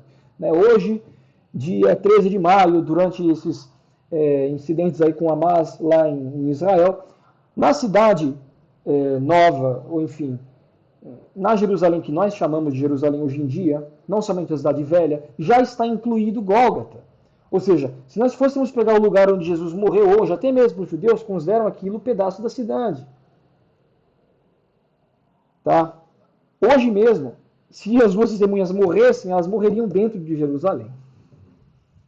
E o terceiro argumento que eu mostrei, todo o processo de condenação foi dentro de Israel, foi dentro de Jerusalém. Em nenhum momento ele foi jogado fora, ele não foi para Roma para depor, ele não foi para, para Babilônia. Pelo contrário, ele foi para Jerusalém para ser julgado. E sobre Jerusalém, ele atribui inclusive o sangue dos profetas. Ele atribui o peso, não só da sua morte, como a morte de todos, desde Abel. Ou seja, ele passa por todo aquele processo, né, de acusação, etc, etc, dentro da cidade. Então, sim, quando nós vamos para Apocalipse capítulo 11, quando é dito que os seus corpos jazem nessa praça dessa grande cidade, que espiritualmente se chama Sodoma e Egito, onde também o seu Senhor foi crucificado, eles aqui estão sendo pendurados, ou enfim, não sei, colocados em Jerusalém. Tanto que não faria sentido concluir que não, considerando que eles são chamados para pregar justamente por conta do templo, né? Por conta do santuário. E a João é dito que não o meça, pois foi dado aos gentios. O que acontece é que nós vemos Jerusalém se comportando de uma maneira como já havia se comportado no Antigo Testamento, como é descrito em Ezequiel 28 e outras passagens, né? Se corrompendo mais uma vez. Curiosamente, a ponto de que no início do capítulo, antes da profecia, antes do início do testemunho, ela era chamada de Cidade Santa, pois estava sendo pisada. Já aqui é chamada da Grande Cidade, Sodoma, Egito. Ela mudou de título. Com a morte das duas testemunhas, ela não é mais chamada, no livro de Apocalipse, de Cidade Santa, em nenhum momento. E é por isso que eu disse que esse momento do livro é tão importante, pessoal. Não tanto por conta das duas testemunhas, mas por conta do que acontece exatamente aqui. Condenação. Quando as duas testemunhas são chamadas para testemunhar sobre Cristo, é dada a última chance, entre aspas, para a cidade se arrepender. E o que ela faz? É muito claro. A besta que sobe do abismo lhes fará guerra, e os vencerá e a matará. Nós sabemos que a besta, em Daniel, a ela é dado poder para guerrear contra os santos e os vencer, a terminologia é a mesma, os conquistar durante 1260 dias. Não curiosamente, a besta que sobe do abismo, o mesmo lugar que já lidamos antes, Abaddon, Apolion e todas aquelas pragas, os gafanhotos, etc., né? O lugar onde habitam os mortos. Nós vemos a besta subindo entre os mortos para fazer guerra contra as duas testemunhas. E por isso que eu acho muito importante a gente fazer aqui um pause, né, nesse capítulo. Aqui começa, de fato, a sentença final. Por conta dessa atuação, por conta da sentença que a cidade traz para si ao fazer isso, é que as próximas coisas vão acontecer. E por isso que a gente vai para esse macro, e a gente traz tantas informações no Antigo Testamento como Zacarias, Malaquias, inclusive, tá? Porque Jerusalém matou os últimos dois profetas que faltava para encher o cálice. Eu só vou comentar, dar uma referência, sem querer dar um spoiler pesado, mas se eu não me engano, Apocalipse 18, tá? Versículo 24. E nela se achou o sangue dos profetas e dos santos e de todos os que foram mortos na terra. Houve uma transição muito pesada. Jerusalém aqui permanece em pecado. Na verdade, ela se entregou para o pecado. Ela teve a chance, ela esperava algo, esperava ser remida, esperava uma coisa, aconteceu outra por conta da besta. E a besta vem e surpreende. A gente sabe que a partir daqui, a separação entre aqueles judeus tementes a Deus acontece e aqueles que de fato não temem, que abandonam a aliança, passa a acontecer. Essa aliança que também aparece lá em Daniel. E eu vou falar agora um pouco do livro de Daniel. Talvez eu vá ter, inclusive, que quebrar o estudo de hoje, ter que dividir em duas partes para não ficar muito grande. Mas assim, pessoal, deu para entender o que está acontecendo aqui, especificamente em Jerusalém, como não é um tempo nada bom. A cidade santa, que antes era pisada, e que Cristo havia prometido que um dia seria restaurada, aceita alguém para restaurá-la que não vem de Deus, e que na verdade acaba se voltando contra a própria cidade e matando aqueles dois enviados por Cristo para testemunhar sobre Cristo e sobre os seus pecados, os mata, gerando juízo final sobre a cidade. Sentença final, esperando somente agora a restauração do Senhor. Como você realmente, decretar, escrever uma carta dizendo não vou me arrepender. E aquele que me acusar, aquele que dizer que eu estou em pecado, aquele que tentar ir contra mim, eu vou matar. Perceba que inclusive as duas testemunhas tinham poder para que todos aqueles que faziam algo contra elas, serem mortos. Porque se alguém assim quiser fazer mal, importa que assim seja morto. Não até aqui. Ou seja, até mesmo aqui há a misericórdia de Deus. Quando elas estão fazendo as pragas, quando elas estão secando a chuva, convertendo as águas em sangue, ainda vemos a misericórdia de Deus. A partir do momento que esse último sinal é expulso da cidade e o sangue é acumulado, nós temos o que nós chamamos de iniquidade, pecado sobre pecado. Você matar aquele que te acusa de pecado. Não há arrependimento contra isso. Não há sentença e perdão contra isso. Perdão, não há perdão contra isso, senão sentença final. Afinal, se você mata aquele que te acusa, quem mais pode te acusar senão o próprio Deus? Entenderam até aqui, pessoal?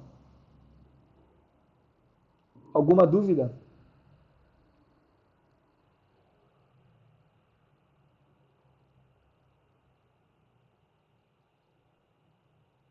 Não, Vitor, sem dúvidas.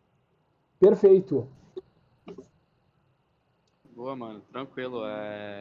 Consegui acompanhar assim integralmente, mas assim o que eu consegui absorver deu para entender. Perfeito. Essa é uma passagem bem complicada, pessoal. Geralmente eu não levo tanto tempo assim, tá? Eu peço desculpa, mas é que realmente aqui eu quero que vocês entendam porque cada palavra está sendo utilizada aqui, tá?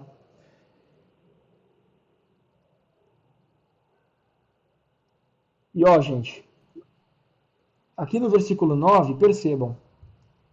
Homens de vários povos e tribos e línguas e nações verão seus corpos por 3 dias e meio e não permitirão que sejam sepultados. Esses 3 dias e meio nós não temos razão para acreditar que são nada do que dias, até porque o termo de anos ou dias e meses é utilizado constantemente nas escrituras, senão quando não aparentes. Enfim, quando só são utilizados termos dias, anos, meses, ou como acontece depois, posteriormente no livro Reinos, como sinônimos, quando o autor do livro faz isso frequentemente. Não é o caso de Apocalipse. Textualmente, a gente, se fizer uma crítica mais profunda, a gente não possui razões para acreditar que não são de fato 3 dias literais, tá? Talvez uma sombra, ou talvez um símbolo daqueles 3 anos e meio. Mas não esperem que leve 3 anos e meio para elas ressuscitarem. Isso aqui provavelmente aponta mais a Cristo, ao tempo que ele demorou para ressuscitar, embora eu acho que não tenha sido 3 dias e meio. Não é dito que ele ficou 3 dias e meio, mas eu acredito que a proporção é em semelhança a isso. A gente tem o que ele fala sobre Jonas. Não sei como que funciona essa conta dos 3 anos e meio. Na verdade, eu já vi gente com diferentes opiniões sobre isso, especificamente sobre Cristo. Mas olha que curioso, pessoal. Homens de vários povos e tribos e línguas e nações. Mesmo que nós estejamos falando da cidade santa, pisada, em pecado, ou seja, Sodoma e Egito, a grande cidade, nós vemos homens de vários povos e tribos e línguas e nações vendo o seu corpo. Nós vemos que quem está ordenando essas maldições sobre a cidade são os gentios, embora os judeus não estejam isentos, né? Os judeus que se alinharam também com a besta. Nós vemos que até mesmo os judeus são divididos a partir daqui. Mas nós vemos homens de vários povos, né? Não temos somente os judeus vendo Jesus crucificado, ou somente alguns da tribo de tal, da tribo de tal. Nós temos o mundo inteiro prestando atenção no que está acontecendo. E o mais engraçado é que não só eles não deixam que seus corpos sejam sepultados, como está escrito no versículo 9, como os que habitam sobre a terra vão ficar felizes sobre eles e se alegrarão. Outra razão para não estarmos falando de Antigo e Novo Testamento. E mandarão presentes uns aos outros por quanto estes dois profetas, né? Mais uma razão, atormentaram os que habitam sobre a terra.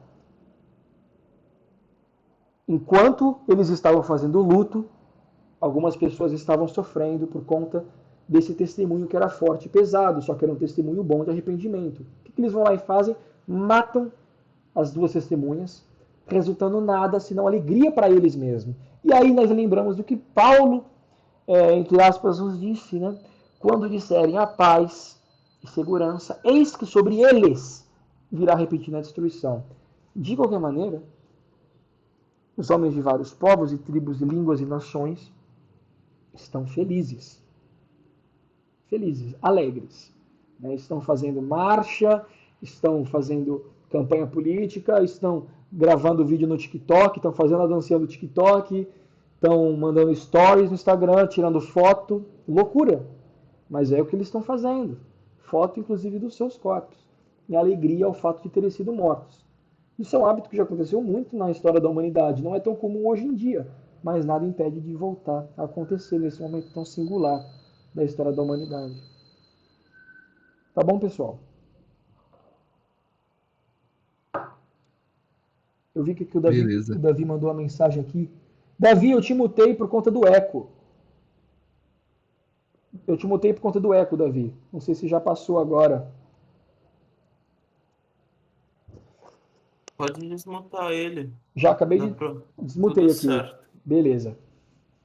E, pessoal, versículo 11. E depois daqueles 3 dias e meio, mais uma vez, para a gente crer mesmo que são 3 dias e meio. Repetição do mesmo termo nas escrituras, razão forte, né? Como a gente tem a repetição dos 42 meses, ou 1260 dias, ou um tempo, 2 tempos e meio tempo, né? É atípico uma metáfora ou um símbolo ser repetido. É atípico, não impossível, mas atípico, raro. E depois daqueles 3 dias e meio, o Espírito de vida vindo de Deus entrou neles, e puseram-se sobre seus pés, e caiu grande temor sobre os que o viram. Um versículo autoexplicativo. Todo mundo com medo. Eles ressuscitaram, a semelhança como Cristo. E ouviram uma grande voz do céu que lhes dizia, subi para cá. Subiram ao céu em uma nuvem, e os seus inimigos o viram, semelhante a Cristo, aquele que também subiu numa nuvem, né? E naquela hora houve um grande terremoto, e caiu, perceba, a 10ª parte, percebam, pessoal, da cidade. Percebam, pessoal, da cidade. Estamos falando da mesma, não das cidades. Não é nem necessário descrever qual é a cidade. É da cidade, a grande cidade. A partir de aqui, a cidade é simplesmente a cidade. Não é mais necessário descrevê-la. A pessoa que está lendo esse texto, ela já entendeu que há uma cidade que ela é atípica. Ela é a grande cidade. Tá? E no terremoto foram mortos 7.000 homens. E gente pra caramba, né? E os demais ficaram atemorizados e deram glória ao Deus do céu. Gente, julgamento de Deus, fizeram festa sobre as testemunhas, elas são ressurretas gloriosamente, vão para o céu gloriosamente na frente de todos, a semelhança de Cristo, e todos ficam com medo, seguindo de um grande terremoto, exatamente como Cristo, né? Não podemos esquecer que Cristo, não após a sua ascensão, mas após a sua crucificação, passou por um processo muito semelhante e causou medo aos romanos, né? Alguns chegaram a declarar, eis aí o Filho de Deus, né? E tal. Os símbolos são claríssimos. Aí a gente já começa, na minha opinião, a ver Cristo. É muito fácil de enxergá-los, até mesmo por conta da menção que ali o seu Senhor foi crucificado. Aparentemente aqui essas duas testemunhas também não estão somente apontando para os profetas, mas para o próprio profeta, o profeta, né? O grande, o próprio Senhor Jesus. E elas vêm como espécies de profetas que apontam para o passado, né? Os profetas do Antigo Testamento apontavam para o futuro, esses dois apontam para o passado, né? Que nem a gente comenta que os judeus viviam sobre a sombra, já nós cristãos vivemos sobre a revelação, né? Eles foram salvos com a sua fé, olhando para o futuro. Nós somos salvos com a nossa fé, olhando para o passado, sobre o que Cristo já fez. Isso está acontecendo aqui no texto, né? Eles voltam para apontar para Cristo. E aqui é aquilo que a gente conversou mais cedo, agora, na verdade, não tão mais cedo, Luigi. Não é que o Novo Testamento está cumprindo o Antigo Testamento. O termo mais certo é que Cristo vem e cumpre o Antigo Testamento. E aqui, aparentemente, essas duas testemunhas também apontam para Cristo, né? Não que eles estejam cumprindo Cristo, nada disso, mas que sejam representantes. Eu até diria que provavelmente são espécies de líderes, né? Lembrando, Zorobabel e Josué eram os dois líderes da época. Eram aqueles que tomavam para si o peso do povo de Deus, assim como Esmirna e Filadélfia, são as duas igrejas que lideram entre as 7, por conta da sua santidade. Eu acredito que essas duas testemunhas representam dois profetas que são líderes, não no sentido que a gente está acostumado a ouvir, mas no sentido que foram escolhidos para dar uma direção à igreja, para mostrar o tempo do seu testemunho e o final da sua morte, tá? Como consolo durante a grande tribulação. Beleza, pessoal? Alguma dúvida? Alguém discorda? Alguém quer dizer alguma coisa? Eu quero. Fala. Então, mano, se liga, eu lembrei aqui da ascensão de Cristo, né, que você falou que quando ele, da mesma forma como esses homens subiram, né, depois de ressurretos, né, Isso. e assim como Cristo, aí a gente vai lá para Atos, né, Atos 1, que Jesus está perto de ascender aos céus, né, e ele diz assim, ó, no versículo 9, tendo dito isto, foi elevado às alturas, enquanto eles olhavam, e uma nuvem o encobriu da vista deles, e eles ficaram com os olhos fixos no céu enquanto ele subia. De repente, surgiram diante deles 2 homens vestidos de branco, que lhes disse: Galileus, por que vocês estão olhando para o céu? Este mesmo Jesus que dentre vocês foi elevado aos céus voltará da mesma forma como o viram subir. Não seriam esses 2 homens as 2 testemunhas aí? Pô, Adriano, que legal, cara. Eu nunca tinha ouvido isso, não. Pô, cara, eu lembrei aqui agora e falam homens, não falam nem anjos, né, mano? Pode crer, pode crer. Tá dando um eco aqui, eu tô ouvindo. Acho que é no teu mesmo, Adriano, tá dando um eco aí. Sim, não, que eu tô aqui no trampo. Beleza. Cara, eu acredito que ali, especificamente em Atos, não eram as próprias 2 testemunhas, mas nós temos 2 testemunhas sobre o acontecimento. Qual é a passagem? Qual é o capítulo? É Atos 1 mesmo, Atos né? 1, versículo 9. Isso. Versículo 9, aí até o 11, do 9 até o 11. Tá. Capítulo 1, do 9 até o 11. Tá aqui, tá no versículo 10, né? 2 varões vestidos de branco. Isso. Olha, eu particularmente acredito que não são, que aqui estamos falando de 2 anjos, por conta da falta de descrição, tá? Até porque é isso que na verdade eu já queria entrar, né, agora na questão mais profunda. Quem então são as 2 testemunhas? Aí eu deixo vocês escolherem. Vocês preferem que a gente deixe isso para o próximo estudo? Vocês preferem que divida, né, para não ficar longo demais? Ou vocês querem que a gente toque ainda hoje? Bom, eu prefiro que divida, que eu tô aqui no trampo, eu não vou conseguir dar foco, tá ligado? Aqui, por enquanto eu não tenho trampo pra fazer, mas então eu tô no meio de uma turma aqui, pessoal, no meu turno, então não vou conseguir ter um foco aí no estudo, eu não vou conseguir interagir. Aí no próxima quinta eu vou estar de folga, vou estar mais tranquilo. Beleza, perfeito. Até porque isso vai levar um tempinho para entrar em todos os argumentos de por que eu acho que que são quem eu acho que são. Inclusive o tempo que elas aparecem. Se elas aparecem na primeira metade da última semana ou na última metade da última semana. Mas o que é última semana, né? É a 70ª semana das 490 semanas do livro de Daniel. Ah, mas o que é isso? Já vou falar rapidinho. Bom, pessoal, então acho que de repente é melhor a gente dividir, até por uma questão de tempo mesmo, senão vai ficar tarde, né?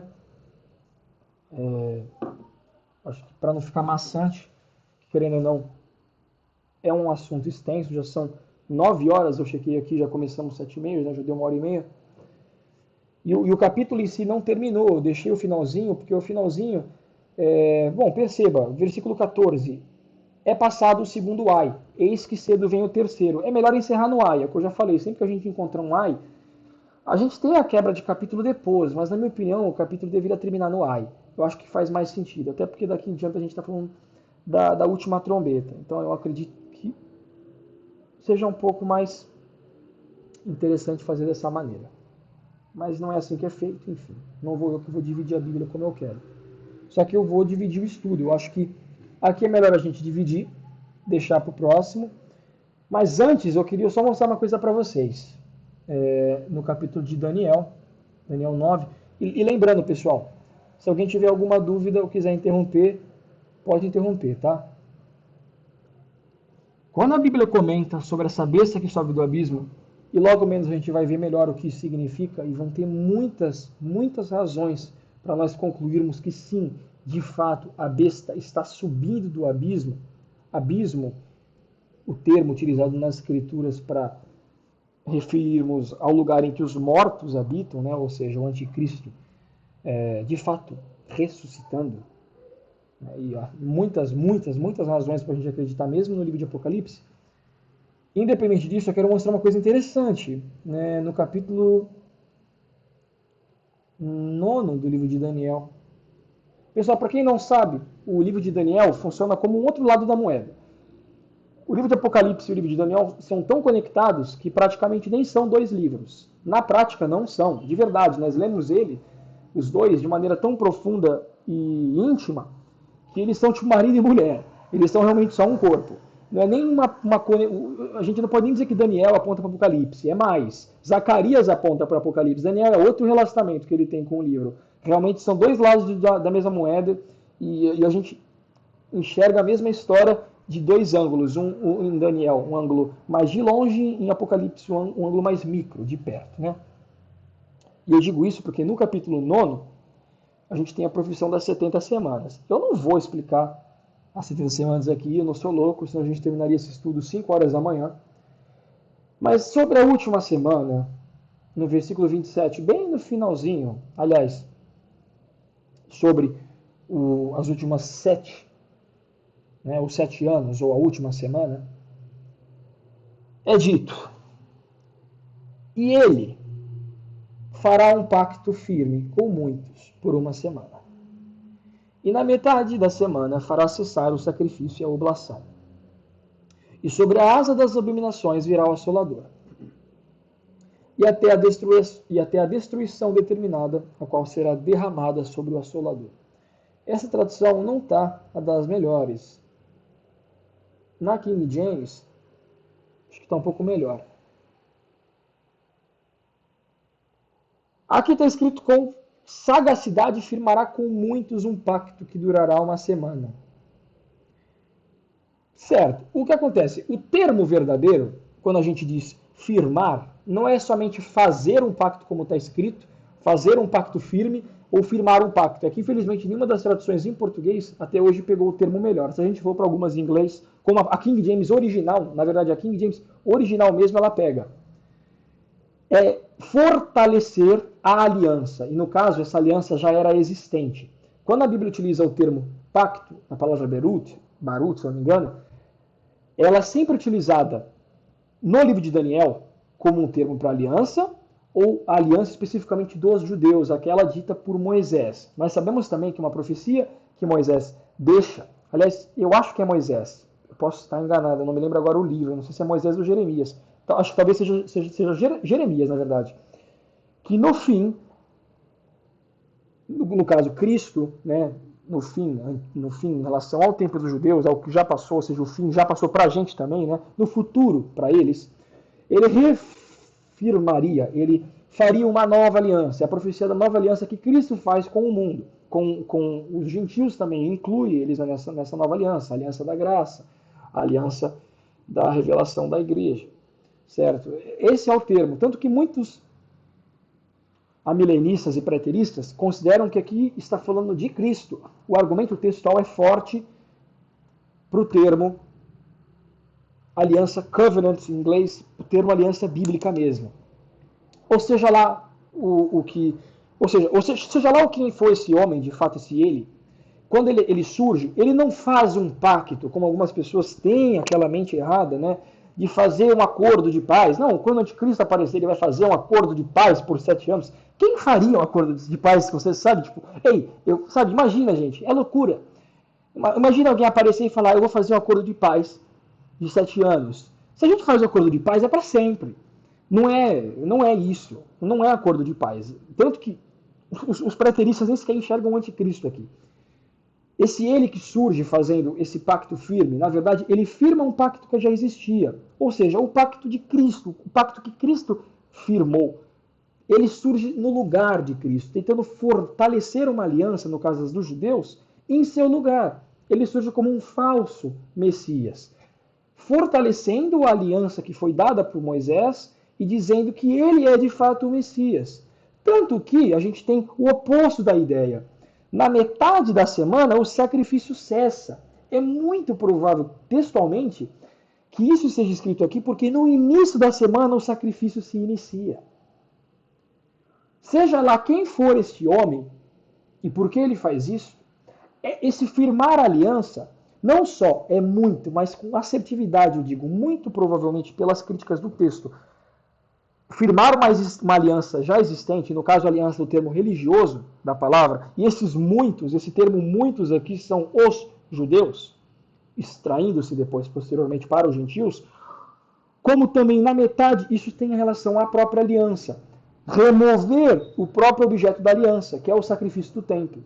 Então, provavelmente, o início dessa aliança é justamente a inauguração do sacrifício. Ele fala, pô, Vitor, não é por que tu falou tanto essa enrolação aí, caramba? 15 minutos para falar um bagulho, porque esse é o resultado da abominação. Desolação, como está escrito aqui. Sobre a asa das abominações virá o assolador, e até a destruição determinada. É o que Jesus disse. Quando virdes o abominável da desolação, fugir. Mateus 24. Quando virdes aquilo no templo que não deveria estar, fuja. O que Daniel viu. Aquele que firma o pacto é o mesmo que retira o sacrifício.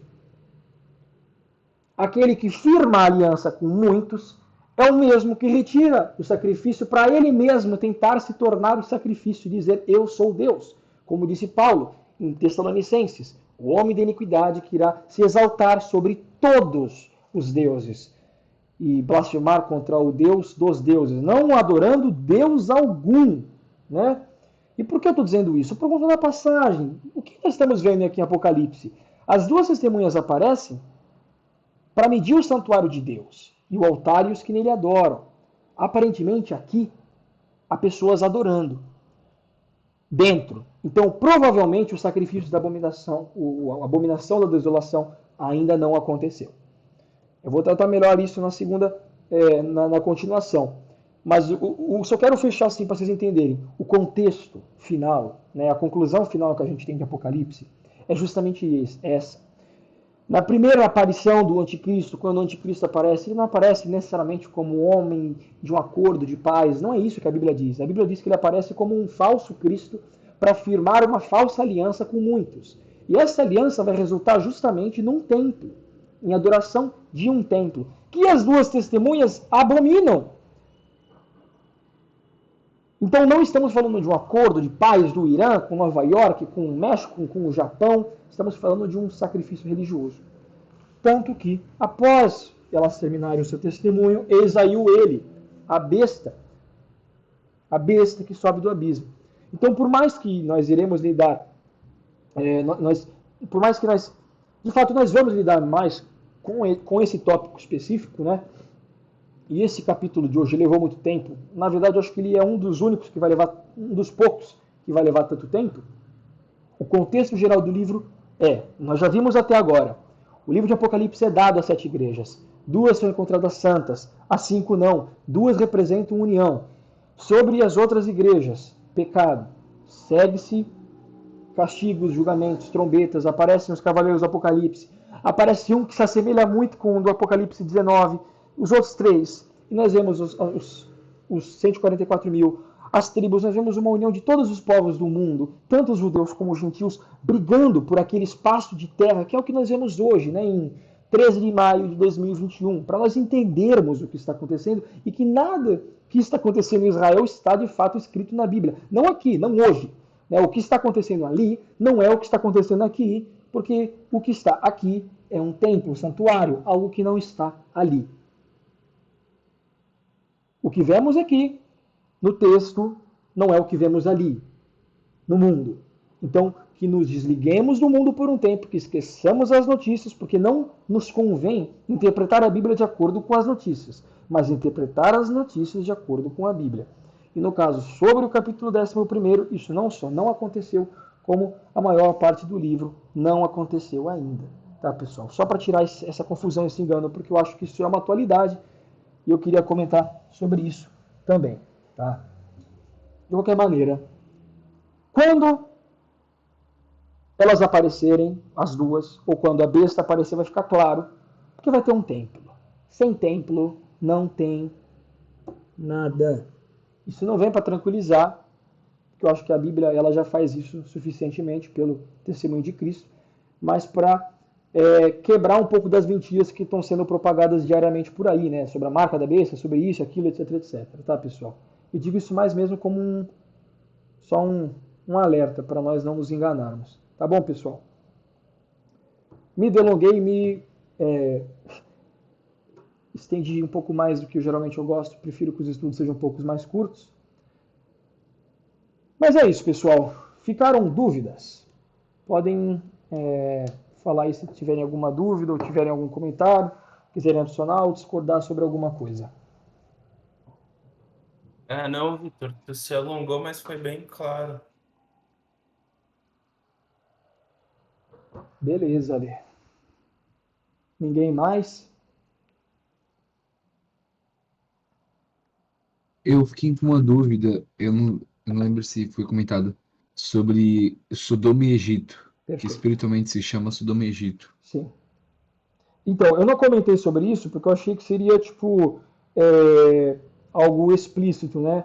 Que não precisaria de muita profundidade, mas de fato tem um pouco de profundidade aí sim, Luiz. Sodoma e Egito são citadas como símbolos para a grande cidade, porque da mesma maneira como elas se corromperam, a gente sabe o que aconteceu em Sodoma, não tenho que lembrar vocês, né? E Egito por conta da idolatria dos egípcios, marcação que eles faziam na pele, né? Que inclusive as pessoas confundem com essa tatuagem hoje em dia. Os pecados dos ídolos, o que o faraó fez, e todas as abominações do Egito, que não são poucas. Ô, Essas Vitor, coisas são ainda piores, as que estão acontecendo na grande cidade. Tem a ver com isso, Luigi. Entendi. o Egito também, o nome, coloca que Egito também pode fazer uma ligação com eles terem feito o Cordeiro de Ouro? Desculpa, não entendi. Colocar aqui nesse texto, a gente lê Egito, também pode fazer uma ligação para eles terem feito o Cordeiro de Ouro? O bezerro? Isso. Então, eu acho que não, porque aí é mais a questão da cidade em si. Né? Porque eles fizeram o bezerro de ouro quando já haviam saído do Egito. Eles já estavam no Êxodo.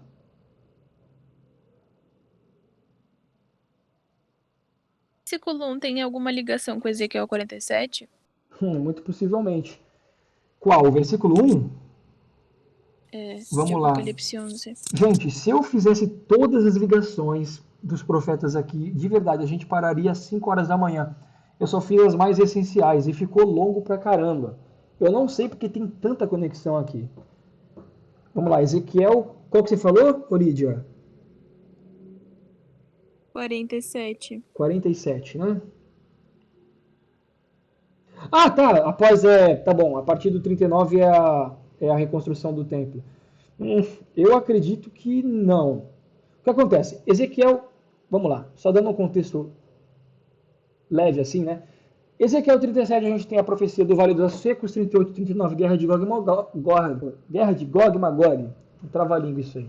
E a partir de Ezequiel 40 em diante no livro de Ezequiel, a gente tem a profecia do templo messiânico durante a era messiânica, tá? É um templo que, só para vocês terem noção, o templo em si ele tem um tamanho maior do que a cidade de Jerusalém atual, porém ele é insignificante comparado à Nova Jerusalém, algo que gera polêmica entre os cristãos, né? Os amilenistas, né? Logicamente, o pré-milenista não vai ter problema com esse templo. Isso aponta para um templo que não existe, tá bom, Lídia? Na verdade, é uma passagem complicada. Tanto Ezequiel 40 até 48, a gente tem um mistério. Não sabemos que templo é esse. Se eu falar para você assertivamente, bater, né, aqui na mesa, do meu lado aqui, eu sei o que é. Não, não sei. Eu acho que é uma coisa, mas saber não sabemos. O que eu sei é que são 8 capítulos com muitas descrições sobre um templo imenso, muito maior do que a cidade atual de Jerusalém. Só que sabemos também que na Nova Jerusalém nem sequer há templo. Então é uma dúvida. Nós não sabemos de fato o que é isso aqui.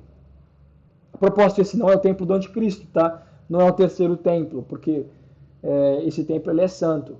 De Ezequiel 40 a 48. Aparenta estar num estado de santidade. De fato, é um mistério nas escrituras. Beleza? Sim. Mais alguma dúvida, pessoal? Nenhuma dúvida?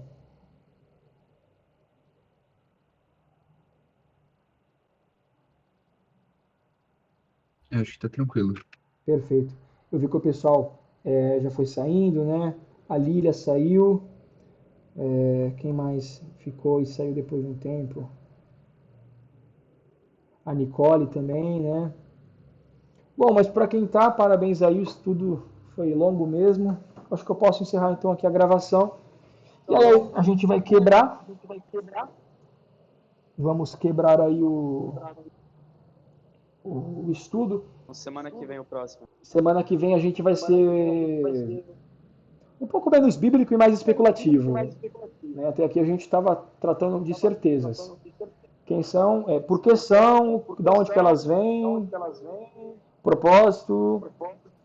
Mas no próximo estudo nós seremos aqueles detetives, né? Tentando descobrir quem são as duas testemunhas e quando elas aparecem especificamente, né? Um pouco mais de especulação, tá bom?